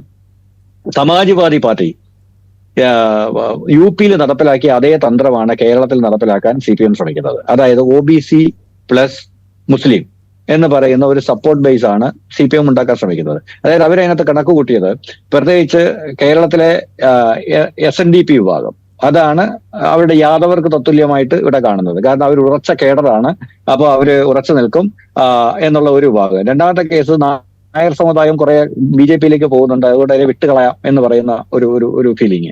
രണ്ടാമത്തത് SP ചെയ്തതുപോലെ മുസ്ലിം വിഭാഗത്തിന്റെ ഒരു മൊത്തത്തിലൊരു സംഭവമായിട്ട് മാറുക. അപ്പൊ അതിന് CPM നടത്തുന്ന ഏറ്റവും വലിയ 1-2 ശ്രമങ്ങളുടെ ഇതെന്ന് പറയുന്ന എക്സാമ്പിൾ എന്ന് പറയുന്നത് ഈ രാമക്ഷേത്രം പണിത സമയത്ത് ഒരുപക്ഷെ SDPIയോ അല്ലെങ്കിൽ PDPയോ പോലുള്ള പാർട്ടികൾ പറയുന്നതിനേക്കാൾ കടുത്ത വർഗീയത ഉപയോഗിച്ചൊരു ഒരു പ്രസ്ഥാനമാണ് CPM. അതായത് നമ്മളൊരു സാധാരണ മനുഷ്യനെ ഞെട്ടിക്കുന്ന തരത്തിലുള്ള വർഗീയതയാണ്. ഞാൻ ഇതിനെപ്പറ്റി മുസ്ലിം ലീഗിന്റെ ഒരു ഉയർന്ന നേതാവായിട്ട് സംസാരിച്ചപ്പോൾ അദ്ദേഹം എന്നോടൊക്കെ പറഞ്ഞൊരു സംഗതി, ഇന്ത്യയിലെ മുസ്ലിങ്ങള് ഒരു കാര്യം വളരെ കൃത്യമായിട്ട് രാമജന്മഭൂമി വിഷയത്തില് ഒരു ധാരണ ഉണ്ടാക്കിയിട്ടുണ്ടായിരുന്നു. ആ ധാരണ എന്ന് പറയുന്നത് കോടതിയുടെ നിലപാട് എന്തായാലും അത് അംഗീകരിക്കുക എന്നുള്ളതാണ്. കാരണം ഈ വിഷയത്തിന്റെ അവസാനം വേണം. ഈ വിഷയത്തിന്റെ അവസാനം സുപ്രീം കോടതി പറയുന്ന ഒരു തീരുമാനത്തിൽ അംഗീകരിക്കുക എന്നുള്ളതാണ്. അപ്പൊ ഈ തീരുമാനം അംഗീകരിക്കാൻ വേണ്ടിയിട്ട് ഞങ്ങൾ ഈ വിധിയിൽ സംതൃപ്തരാണോ എന്ന് ചോദിച്ചാൽ അല്ല. പക്ഷെ ഈ സംഭവത്തിന്റെ അവസാനം വേണം എന്നുള്ളത് കൊണ്ട് ആ വിധി ഞങ്ങൾ അംഗീകരിക്കുന്നു. ഞങ്ങൾക്ക് സ്ഥലം തന്നു, ഹിന്ദുക്കൾക്ക് ക്ഷേത്രം പണിയാൻ സ്ഥലം കൊടുത്തു. ആ ക്ഷേത്രം പണിയാൻ കൊടുത്ത സ്ഥലത്ത് അവർ ക്ഷേത്രം പണിതു. അതിനകത്ത് നമ്മൾ ഇത്രയും പ്രശ്നം ഉണ്ടാക്കേണ്ട കാര്യം എന്താണെന്നാണ് അവരൊക്കെ ചോദിച്ചത്. കാരണം ആ പ്രശ്നം അവിടെ തീർന്നു, അത് വിട്ടുകളാ. അപ്പം ഈ തരത്തിലുള്ള ഒരു വലിയ വർഗീയത, കാരണം ഞാൻ ഈ CPMന്റെ കേസ് പ്രത്യേകം പറയുന്നത് എന്തുകൊണ്ടാന്ന് ചോദിച്ചു കഴിഞ്ഞാല് ഈ കേരളത്തിന്റെ സാമൂഹ്യ സാഹചര്യത്തിൽ CPMന് ഒരു വലിയ ഇൻഫ്ലുവൻഷ്യൽ ഫോഴ്സ് ആണ്. അതായത് കേരളത്തിലെ ശരിയും തെറ്റും തീരുമാനിക്കുന്നത് CPM ആണ്. അതായത് നോക്കുകൂലി കേരളത്തിൽ ശരിയാകുന്നത് അത് CPM അതിനെ സപ്പോർട്ട് ചെയ്യുന്നതുകൊണ്ട് മാത്രമാണ്. അല്ലാതെ വേറെ ഒരു കാരണം അത് ശരിയാവാൻ അല്ലെങ്കിൽ കേരള സമൂഹത്തിന് ഒരു കഥയില്ലല്ലോ, ഒരിക്കലും പറ്റില്ലല്ലോ. ലോകത്ത് ഒരു സമൂഹത്തും നടപ്പിലാവാത്ത ഒരു സംഗതിയാണ് നോക്കുകൂലി എന്ന് പറയുന്നത്. അത് കേരളത്തിൽ എന്തുകൊണ്ട് നടപ്പിലാകുന്നു? അതിനെ CPM സപ്പോർട്ട് ചെയ്യുന്നുണ്ട് ഒരു തലത്തിൽ. അപ്പൊ അതുകൊണ്ട് മാത്രം ശരിയാവുന്നില്ല. അതുകൊണ്ട് കേരളത്തിന്റെ സാമൂഹിക രാഷ്ട്രീയ അന്തരീക്ഷത്തിന്റെ ഏറ്റവും വലിയ ഇൻഫ്ലുവൻഷ്യൽ ഫോഴ്സ് എന്ന് പറയുന്നത് CPM ആണ്. അപ്പൊ CPM ഇതിനകത്ത് എടുക്കുന്ന ഓരോ നിലപാടുകളും കേരള സമൂഹത്തിനെ ഭയങ്കരമായിട്ട് ഇൻഫ്ലുവൻസ് ചെയ്യുന്നുണ്ട്, പോസിറ്റീവായാലും നെഗറ്റീവായാലും. അപ്പൊ ആ ഒരു തലത്തിൽ നമ്മൾ നോക്കുമ്പോൾ ഈ ഒരു എന്താ പറയുന്നത്, അടിസ്ഥാനപരമായിട്ട് ഈ ജാതി മത വർഗീയത എല്ലാ കാലത്തും പൊളിറ്റിക്സിലുണ്ട്, അതിനകത്ത് യാതൊരു സംശയവും വേണ്ട. കാരണം വെച്ചാൽ ഇവിടെ SNDPക്കും NSSനും ഒക്കെ പാർട്ടികൾ ഉണ്ടായിരുന്ന സംസ്ഥാനമാണ് കേരളം. ഓക്കെ, അപ്പൊ അതുകൊണ്ട് നമ്മൾ അതൊന്നും ഇല്ലായിരുന്നോ ഒന്നും പറഞ്ഞിട്ടൊന്നും യാതൊരു കാര്യമില്ല. നമ്മൾ ഈ പറയുന്ന എന്താ പറയുക, ഇപ്പൊ ഈ രാഷ്ട്രീയ പാർട്ടികളെല്ലാം നമുക്ക് കേരളത്തിൽ നേരത്തെ ഉണ്ടായിരുന്നു. അപ്പം പക്ഷേ ഇതിനെല്ലാം ഉപരിയായിട്ടൊരു വലിയ വർഗീയ വിരുദ്ധ ജാതീയ വിരുദ്ധ സമീപനവും കേരളത്തിൽ ശക്തമുണ്ടായിരുന്നു. അത് നമുക്കിപ്പോ ഏറെക്കുറെ നഷ്ടപ്പെട്ടു വരുന്നുണ്ട്. അപ്പൊ നമ്മൾ അതിന്റെ പശ്ചാത്തലത്തിൽ കൂടി വേണം ഈ പരാജയത്തെ കാണാൻ. റൈറ്റ്. ഞാൻ വെങ്കടേഷ് രാമകൃഷ്ണനിലേക്ക് കൂടി ഈ വിഷയത്തിൽ പോകുന്നുണ്ട്. കേരളത്തിലെ ഈ വിജയം അത് രണ്ട് മുന്നണികൾക്കും വലിയ തരത്തിലുള്ള മുന്നറിയിപ്പ് നൽകുന്നുണ്ട് എന്ന് വ്യക്തമാണ്. കാരണം വെച്ചാൽ തൃശ്ശൂരെ വിജയം മാത്രമല്ല ഞാൻ പറയുന്നത്, നേരത്തെ പറഞ്ഞ പോലെ തിരുവനന്തപുരത്തെ 2ാം സ്ഥാനം, തുടർച്ചയായ 2ാം സ്ഥാനം ആറ്റിങ്ങലിലും ആലപ്പുഴയിലും അതുപോലെ പത്തനംതിട്ടയിൽ കഴിഞ്ഞ തവണ ഉണ്ടായത്രയില്ല, പക്ഷേ എങ്കിൽ പോലും സാമാന്യം പോലെ വോട്ട് പിടിച്ചിട്ടുണ്ട്. അങ്ങനെ പല മണ്ഡലങ്ങളിലും സാമാന്യം പോലെ വോട്ട് പിടിച്ചിട്ടുണ്ട്. അപ്പോൾ ഇത് രണ്ട് മുന്നണികൾക്കും വളരെ പ്രത്യക്ഷത്തിൽ തന്നെ ചില സന്ദേശങ്ങൾ നൽകുന്നുണ്ട്. അവരത് മനസ്സിലാക്കുന്നുണ്ടോ? ഈ തെരഞ്ഞെടുപ്പ് ഫലം അവരെ അത് മനസ്സിലാക്കാൻ പ്രേരിപ്പിക്കുമോ? ഇത് വളരെ സങ്കീർണമായ ഒരു വിഷയമാണ്. സത്യം പറഞ്ഞാൽ 2013 ജൂലൈ മാസം മാതൃഭൂമി വാരികയ്ക്ക് ഒരു ഇന്റർവ്യൂ കൊടുത്ത സമയത്ത്, അത് ഹിന്ദുത്വ രാഷ്ട്രീയത്തെ പറ്റിയുള്ള എൻ്റെ ധാരണകളുടെ അടിസ്ഥാനത്തിൽ മാതൃഭൂമി വാരികയിൽ കൊടുത്തൊരു ഇന്റർവ്യൂവിൽ ഞാൻ പറഞ്ഞിട്ടുള്ള ഒരു പ്രധാനപ്പെട്ട കാര്യം, ഈ കേരളത്തിന്റെ ഡ്രോയിങ് റൂം സ്പേസിൽ ഹിന്ദുത്വ രാഷ്ട്രീയത്തിനുള്ള വലിയ സ്വീകാര്യത ഇത് 2013 അതായത് 11 വർഷം മുമ്പ് തന്നെ കേരളത്തിലെ മിഡിൽ ക്ലാസ് ഡ്രോയിങ് റൂം സ്പേസിൽ ഹിന്ദുത്വ രാഷ്ട്രീയത്തിന് വലിയ സ്വാധീനം ഉണ്ടായിട്ടുണ്ട്. അത് ശ്രീത്ത് പറഞ്ഞതുപോലെ അത് പിന്നെ എല്ലാ പാർട്ടികൾക്കകത്തും, അതായത് കോൺഗ്രസിനകത്തും CPM-നകത്തുമുള്ള എല്ലാ പാർട്ടികൾക്കും അകത്തുമുള്ള ഒരു ക്ലോസറ്റ് ഹിന്ദുത്വ സംഘം എല്ലാ പാർട്ടികൾക്കും അകത്തുണ്ട്. അപ്പൊ അതിന്റെ ഒരു എക്സ്റ്റൻഷൻ ആയിട്ട് തന്നെയാണ് നമ്മൾ ഈ തെരഞ്ഞെടുപ്പിനെ കാണുന്നത്. പിന്നെ പക്ഷെ ഈ തെരഞ്ഞെടുപ്പിനെ അങ്ങനെ കാണുമ്പോൾ ഈ രീതിയിൽ ജയിക്കാൻ സഹായകമായിട്ടുള്ള ഘടകം എന്താണെന്ന് ചോദിച്ചു കഴിഞ്ഞാൽ, അത് ഇവിടെ വളർന്നു വരുന്ന ഈ ഡ്രോയിങ് റൂം ആക്സെപ്റ്റൻസ് മാത്രമല്ല. ഇതിൽ തീർച്ചയായിട്ടും എനിക്ക് തോന്നി ഈ ഇലക്ഷൻ ടിൽറ്റ് ചെയ്തത്, സുരേഷ് ഗോപിക്ക് അനുകൂലമായിട്ട് ഈ ഇലക്ഷൻ ടിൽറ്റ് ചെയ്തത് കോൺഗ്രസിന്റെ അകത്തുനിന്നുള്ള മാസീവായിട്ടുള്ള വോട്ടിന്റെ ചോർച്ച തന്നെയാണ്. അതിൽ യാതൊരു സംശയമില്ല. അത് നമ്മൾ കാണാതിരുന്നൊരു കാര്യമില്ല. അതുപോലെ തന്നെ ക്രിസ്ത്യൻ കമ്മ്യൂണിറ്റിക്കകത്ത് ഈ പഠന രീതിയിൽ സിബി സത്യൻ പറഞ്ഞതുപോലെ ഒരു ഡീല് നടത്തിക്കൊണ്ടും സുരേഷ് ഗോപി വളരെ ദീർഘകാലത്തെ പിന്നെ ഇന്ററാക്ഷൻസ് വഴിയും അതുവഴി ഉണ്ടാക്കിയിട്ടുള്ള ഒരു കണക്ഷൻസ് വഴിയും ഒക്കെ ഉണ്ടാക്കിയിട്ടുള്ള ഇൻറോഡ്സ് ആണ്. പക്ഷെ അതൊക്കെ ഹിന്ദുത്വ രാഷ്ട്രീയത്തിന്റെ പോളിറ്റിക്സിന്റെ ഭാഗമാണ്. ഇപ്പോൾ തൃശ്ശൂരിലെ ചാൻസ് മനസ്സിലാക്കിക്കൊണ്ട് തന്നെയാണ് മോദി സുരേഷ് ഗോപിക്ക് പിറകെ ഇത്ര ശക്തമായിട്ട് നിലയുറപ്പിക്കുകയും അദ്ദേഹത്തിന്റെ മകളുടെ കല്യാണത്തിന് വരികയും ഒരു ക്ലാസിക് കേസായിട്ട് തൃശ്ശൂരിനെ ഏറ്റെടുക്കുകയും അവിടെ ഇത്ര ഇന്റൻസീവായിട്ടും ഇപ്പൊ തൃശ്ശൂരിലെ ഈ ഇലക്ഷന്റെ പോളിംഗ് നടന്ന ദിവസം ഞാൻ കേട്ടിട്ടുള്ള ഒരു സംഭവം, അത് ഇൻഡിപെൻഡന്റ് സോഴ്സസ് നിന്നും കേൾക്കുകയുണ്ടായി, CPM സോഴ്സസ് നിന്നും കേൾക്കുകയുണ്ടായി. ഏതാണ്ട് 1.5 ലക്ഷത്തോളം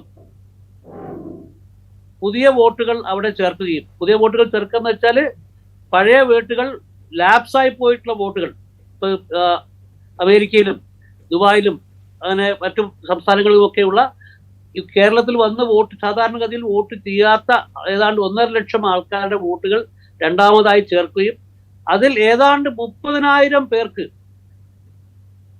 അവർക്ക് യാത്രാ സൗകര്യം ഒരുക്കി കൊടുത്തു, ഇൻക്ലൂഡിങ് വിമാന യാത്രാ സൗകര്യം അടക്കം ഒരുക്കി കൊടുത്തുകൊണ്ട് അവരെ കൊണ്ടുവന്ന് സംഘടിതമായിട്ട് വോട്ട് ചെയ്യിപ്പിച്ചു. അതിപ്പം ഇതിൽ പല ആൾക്കാരും ഇവിടെ ഫ്ലാറ്റ് വാങ്ങുകയും ഫ്ലാറ്റ് വാടകയ്ക്ക് കൊടുത്തിട്ട് ബോംബെയിലോ അല്ലെങ്കിൽ ബാംഗ്ലൂരിലൊക്കെ പോയെന്ന് അങ്ങനത്തെ ആൾക്കാരുണ്ട്. അവരുടെ എല്ലാം വോട്ടുകൾ രണ്ടാമത് ചേർക്കുകയും എന്നിട്ട് അവർക്ക് യാത്രാ സൗകര്യം ഒരുക്കി കൊടുത്തുകൊണ്ട് അവരെ കൊണ്ടുവന്ന് ഇവിടെ വോട്ട് ചെയ്യിക്കുകയും ചെയ്തു എന്നുള്ളത് ഈ വോട്ടിംഗ് നടന്ന ദിവസം എനിക്ക് കിട്ടിയിട്ടുള്ള ഒരു ഇൻഫർമേഷനാണ്. അപ്പൊ BJP അവരുടെ പിന്നെ ആവശ്യത്തിന് വേണ്ടി ഉള്ള പിന്നെ അവരുടെ ആവശ്യത്തിന് വേണ്ടിയുള്ള രാഷ്ട്രീയം വളരെ ക്രിയാത്മകമായിട്ട് മുന്നോട്ട് കൊണ്ടുപോകുന്ന ആൾക്കാരാണ്. പിന്നെ ഇപ്പൊ അമിത്ഷായ്ക്കും മോദിക്കൊക്കെ പറ്റിയെന്ന് വെച്ചാൽ ഈ ക്രിയാത്മകത തലയ്ക്ക് പിടിക്കുന്ന സമയത്ത് അവസാനം ഇതൊരു ഓവർ കില്ലായി മാറും. ഈ റൊണാൾഡ് റീഗൻ സ്റ്റാർ വാർസിന്റെ കാര്യത്തിൽ പറഞ്ഞ പോലെ ഈ ഓവർ കില്ലായി മാറിപ്പോകുന്ന ഒരു സാഹചര്യത്തിലാണ് ഇത്തരത്തിലുള്ള ബൂമറാങ് സംഭവിക്കുന്നത്. ഇപ്പം മറ്റുള്ള പാർട്ടികളിൽ നിന്ന് പിന്നെ നേതാക്കന്മാരെ മുഴുവൻ വലിച്ചു കൊണ്ടുവരിക, അവരെ ഒക്കെ ഈ BJPയുടെ സംഘടനാ സമ്പ്രദായത്തിനകത്തേക്ക് ചുരുക്കാൻ പറ്റുമെന്ന് വിചാരിക്കുക, അത് സാധിക്കാതിരിക്കുന്ന ഒരു സാഹചര്യം ഉണ്ടാവുക, ഇതൊക്കെയാണ് ഇതിന്റെ ഏറ്റവും പ്രധാനപ്പെട്ട കാര്യം. പിന്നെ ഈ സിബി സത്യം പറഞ്ഞിട്ടുള്ള ഒരു പോയിന്റിൽ എനിക്ക് I would like to counter him. എന്താ വെച്ചാല് ഈ അയോധ്യ പ്രശ്നം 1986 മുതൽ ഫോളോ ചെയ്തുകൊണ്ടിരിക്കുന്ന ഒരാളെന്ന നിലയിൽ ഞാൻ ഈ കോടതി വിധിയെ, ശരിയാണ് 1992 ബാബറി മസ്ജിദ് പൊളിച്ച സമയം മുതൽ ബാബറി മസ്ജിദ് ആക്ഷൻ കമ്മിറ്റി അടക്കമുള്ള കമ്മിറ്റിയുടെ നേതാക്കന്മാർ, സഫറിയാബ് ജിലാനിയെ പോലുള്ള വലിയ നേതാക്കന്മാരൊക്കെ നിരന്തരമായി പറഞ്ഞുകൊണ്ടിരുന്ന കാര്യം എന്താണോ കോടതി വിധി അത് ഞങ്ങൾ അനുസരിക്കും എന്നാണ്. പക്ഷേ ഈ കോടതി വിധി വസ്തുതകളുടെ അടിസ്ഥാനത്തിൽ, ന്യായത്തിന്റെ അടിസ്ഥാനത്തിൽ, നീതിയുടെ അടിസ്ഥാനത്തിൽ എടുത്തിട്ടുള്ള വിധിയാണോ എന്നൊരു പ്രധാനപ്പെട്ട ചോദ്യമുണ്ട്. ആ കോടതി വിധി വായിച്ചാൽ തന്നെ അറിയാം. ആ കോടതി വിധിയിൽ ക്രിമിനൽ കുറ്റമായിട്ട് കണ്ടിട്ടുള്ള 2 കാര്യങ്ങളെ അത് ക്രിമിനൽ കുറ്റമാണെന്ന് പറഞ്ഞുകൊണ്ട് 1949 പള്ളിക്കകത്ത് വിഗ്രഹങ്ങൾ ഒളിച്ചു കടത്തിയതും 92 പള്ളി പൊളിച്ചതും രണ്ടും ക്രിമിനൽ കുറ്റമാണെന്ന് ഈ കോടതി വിധിയുടെ ന്യായത്തിൽ പറയുന്നുണ്ട്. എന്നിട്ട് ആ പൊളിച്ച ആൾക്കാർക്ക് തന്നെ വിധി കൊടുക്കുന്ന സംഭവത്തെ അതിനെ മാനം മര്യാദയുള്ള മതനിരപേക്ഷ രാഷ്ട്രീയക്കാരാരായാലും അവർ അതിനെ എതിർക്കുക തന്നെ ചെയ്യും. ഞാൻ ആ വിധി വന്ന ദിവസം പരസ്യമായിട്ട് ഏഷ്യാനെറ്റ് ന്യൂസിൽ ഞാൻ പറഞ്ഞത് ഇത് ഇന്ത്യൻ ജുഡീഷ്യറി ചരിത്രത്തിലെ ഒരു കറുത്ത ദിവസമാണെന്നാണ്. എന്നിട്ട് BJP നേതാവ് ചോദിച്ചത് ഓൺ റെക്കോർഡ് പറയുകയാണ് നിങ്ങൾ അകത്ത് പോകും. ഞാൻ പറഞ്ഞ അകത്ത് പോയാൽ കുഴപ്പമൊന്നുമില്ല. അപ്പൊ ആ കോടതി വിധിയെ ന്യായീകരിക്കാൻ വേണ്ടിയിട്ട് ഏത് മുസ്ലിം ലീഗിന്റെ നേതാവ് വന്നാലും അയാളുടെ കൂടെ ഞാൻ ഉണ്ടാവില്ല. അയാളുടെ കൂടെ ഒരു സെക്യുലർ പാർട്ടി ഉണ്ടാകാൻ പാടില്ല എന്നാണ് എൻ്റെ ഉറച്ച വിശ്വാസം. തീർച്ചയായും CPM-ന് കേരളത്തില് മതനിരപേക്ഷമായ രാഷ്ട്രീയം മുന്നോട്ട് കൊണ്ടുപോകുന്നതിലും അതിന്റെ കേരളത്തിന്റെ സൊസൈറ്റിയെ ഒരു ക്രിയേറ്റീവായിട്ട് മുന്നോട്ട് കൊണ്ടുപോകുന്നതിലും ഒരുപാട് അപജയങ്ങൾ സംഭവിച്ചിട്ടുണ്ടെന്ന് വിശ്വസിക്കുന്ന ആളാണ്. പക്ഷെ സിബി സൂചിപ്പിച്ച ഈ സാധനം അപജയമല്ല. പക്ഷെ അതെല്ലാം അവിടെ നിൽക്കട്ടെ. തൃശ്ശൂരിലെ വിധി ഒരു ചൂണ്ടുവലകയാണ്. ആ ചൂണ്ടുവലക എല്ലാവരും വളരെ കൃത്യമായിട്ട് കാണേണ്ട ആവശ്യമുണ്ട്. അടുത്ത നിയമസഭാ തെരഞ്ഞെടുപ്പിൽ ഇതിന്റെ വലിയ തരത്തിലുള്ള സ്വാധീനം ഉണ്ടാവും എന്നാണ് ഞാൻ കരുതുന്നത്. എനിക്ക് വേറൊരു മീറ്റിംഗിലേക്ക് കൂടെ പോകേണ്ട ആവശ്യമുണ്ട്. അതുകൊണ്ട് അതിന് ഒരു സെക്കൻഡ് മുമ്പ് ഞാൻ ഒരു കാര്യം കൂടെ പറഞ്ഞോട്ടെ സാറേ, ഒരു കാര്യം കൂടെ ഞാൻ സാറിന്റെ പറയാം. അതായത് സാറിപ്പോ പറഞ്ഞു ഈ വിധി അംഗീകരിക്കാതിരിക്കുക നമ്മൾ എതിർത്തുകൊണ്ടിരിക്കുന്നു. എതിർത്തു ചെന്നിട്ട് ഇപ്പൊ ഈ പറഞ്ഞതുപോലെ അവര് കൃത്യമായിട്ട് ഈ കഴിഞ്ഞ ജനുവരിയിലാണോ ഫെബ്രുവരിയിലാണോ രാമജന്മ ക്ഷേത്രത്തിന്റെ ഉദ്ഘാടനം? ജനുവരിയിലാണെന്ന് തോന്നുന്നു അല്ലെ? ജനുവരിയില് ഈ ഉദ്ഘാടനം നിർവഹിച്ചതിന് പിന്നിലുള്ള രാഷ്ട്രീയം ഞാൻ പറഞ്ഞ സാറിന് അറിയാമല്ലോ. അതായത് അവരാഗ്രഹിക്കുന്നത് പോലെ കേരളത്തിലെ അല്ലെങ്കിൽ ഇന്ത്യയിലെ ഒരു ഭാഗം മുസ്ലിം ജനത പ്രതികരിക്കണം. ആ പ്രതികരണത്തിന്റെ ഫലമായിട്ടാണ് അവർക്ക് കൂടുതൽ ഈ 400 സീറ്റിലേക്കുള്ള അവരുടെ യാത്ര കൂടുതൽ സുഗമമാകുന്നത് എന്ന കൃത്യമായ കാഴ്ചപ്പാടിന്റെ അടിസ്ഥാനത്തിലാണ് അവരതുമായിട്ട് വന്നത്. അല്ലാതെ ഈ പറഞ്ഞതുപോലെ ജനങ്ങളെ സന്തോഷിപ്പിക്കാനല്ല. ഇത് വേറൊരു ചർച്ചയാണ്. ഇതൊരു വലിയ ചർച്ച. ഈ വിഷയത്തെ പറ്റിയിട്ട് 1986 മുതൽ നിരന്തരമായി പഠിച്ചുകൊണ്ടിരിക്കുന്ന ആളാണ്. നമ്മൾ തൽക്കാലത്തേക്ക് അത് ഈ പറഞ്ഞതുപോലെ തന്നെ അത് വേറൊരു ചർച്ചയാണ്. അത് കുറെ കൂടെ ആഴത്തിൽ കുറെ കൂടെ വിശദമായി നമ്മൾ ചർച്ച ചെയ്യേണ്ട ഒരു വിഷയമാണ്. അത് വേറൊരു വിഷയമാണ്. ഈ തിരഞ്ഞെടുപ്പിൽ അതൊരു ഭാഗമായിരുന്നു എന്നുള്ളത് പ്രസക്തവുമാണ്. പക്ഷേ ആ ഭാഗമാക്കാൻ ശ്രമിച്ചവർ അവരുദ്ദേശിച്ച ഫലം കാണാതെ പരാജയപ്പെട്ട് നിൽക്കുന്ന, വിജയമാണെങ്കിൽ പോലും പരാജയപ്പെട്ട് നിൽക്കുന്ന, മുന്നണി എന്നുള്ള നിലയ്ക്ക് സാങ്കേതികമായ വിജയമാണെങ്കിൽ പോലും പരാജയപ്പെട്ട് നിൽക്കുന്ന കാഴ്ചയിലാണ് നമ്മൾ ഈ തെരഞ്ഞെടുപ്പ് ഫലം വിശകലനം ചെയ്യുന്നത്. ഈ തെരഞ്ഞെടുപ്പ് ഫലത്തിൻ്റെ പ്രാഥമികമായ ഘട്ടത്തിലുള്ള വിശകലനം മാത്രമാണ് ഇപ്പോൾ നമ്മൾ നടത്തിയത്. തുടർ ദിവസങ്ങളിൽ ഇതിൻ്റെ കൂടുതൽ വിശദാംശങ്ങൾ പുറത്തു വരുന്നവർക്ക് ഏതേത് മേഖലകളിൽ എങ്ങനെയൊക്കെയാണ് വോട്ടുകൾ മാറി മറിഞ്ഞത്, ഏത് സംസ്ഥാനങ്ങളിലാണ് കൂടുതൽ വിഭാഗങ്ങളുടെ വോട്ട് BJPക്ക് നഷ്ടമായത്, എവിടെ നിന്നൊക്കെയാണ് കൂടുതൽ കിട്ടിയത്, ഇത്തരം വിവരങ്ങളൊക്കെ കൂടുതൽ പുറത്തേക്ക് വരുന്ന മുറയ്ക്ക് നമ്മൾ വിശദമായി ഈ കാര്യങ്ങൾ വീണ്ടും സംസാരിക്കും. കേരളത്തിലെ ഫലങ്ങളുടെ വിശദാംശങ്ങൾ വരുന്ന മുറയ്ക്ക് കേരളത്തിലെ ഫലത്തെക്കുറിച്ചും നമ്മൾ കൂടുതൽ സംസാരിക്കും. തൽക്കാലം ഈ തെരഞ്ഞെടുപ്പ് ഫലത്തിൻ്റെ പൊരുളെന്ത് എന്ന അന്വേഷണം പ്രാഥമികമായ ഘട്ടത്തിൽ നടത്തിയത് ഇവിടെ അവസാനിപ്പിക്കുകയാണ്. ചർച്ചയിൽ പങ്കെടുത്ത എല്ലാവർക്കും എനിക്ക് വാട്സാപ്പിൽ കിട്ടിയ ഒരു മെസ്സേജ് മാത്രം വായിക്കുന്നു. Right. Indian voters have given a verdict that will be remembered for a very long time by the world and also Indian politicians. They have given BJP and partners a victory that feels like a defeat. They have given the Congress alliance a defeat that feels like a victory. Great. Really good. Exactly. Right, exactly. ഒരുപക്ഷെ ഈ തെരഞ്ഞെടുപ്പ് ഫലത്തിന്റെ വളരെ ക്രിസ്പായ, വളരെ സൂക്ഷ്മമായ, വളരെ കൃത്യമായ ഒരു വിശകലനമായിട്ട് നമുക്ക് ആ വാചകങ്ങളെ കാണാവുന്നതാണ്. ആ വാചകങ്ങളോടുകൂടി ഈ അവലോകന ചർച്ച ഇവിടെ അവസാനിപ്പിക്കുന്നു. പങ്കെടുത്ത എല്ലാവർക്കും നന്ദി അറിയിക്കുന്നു.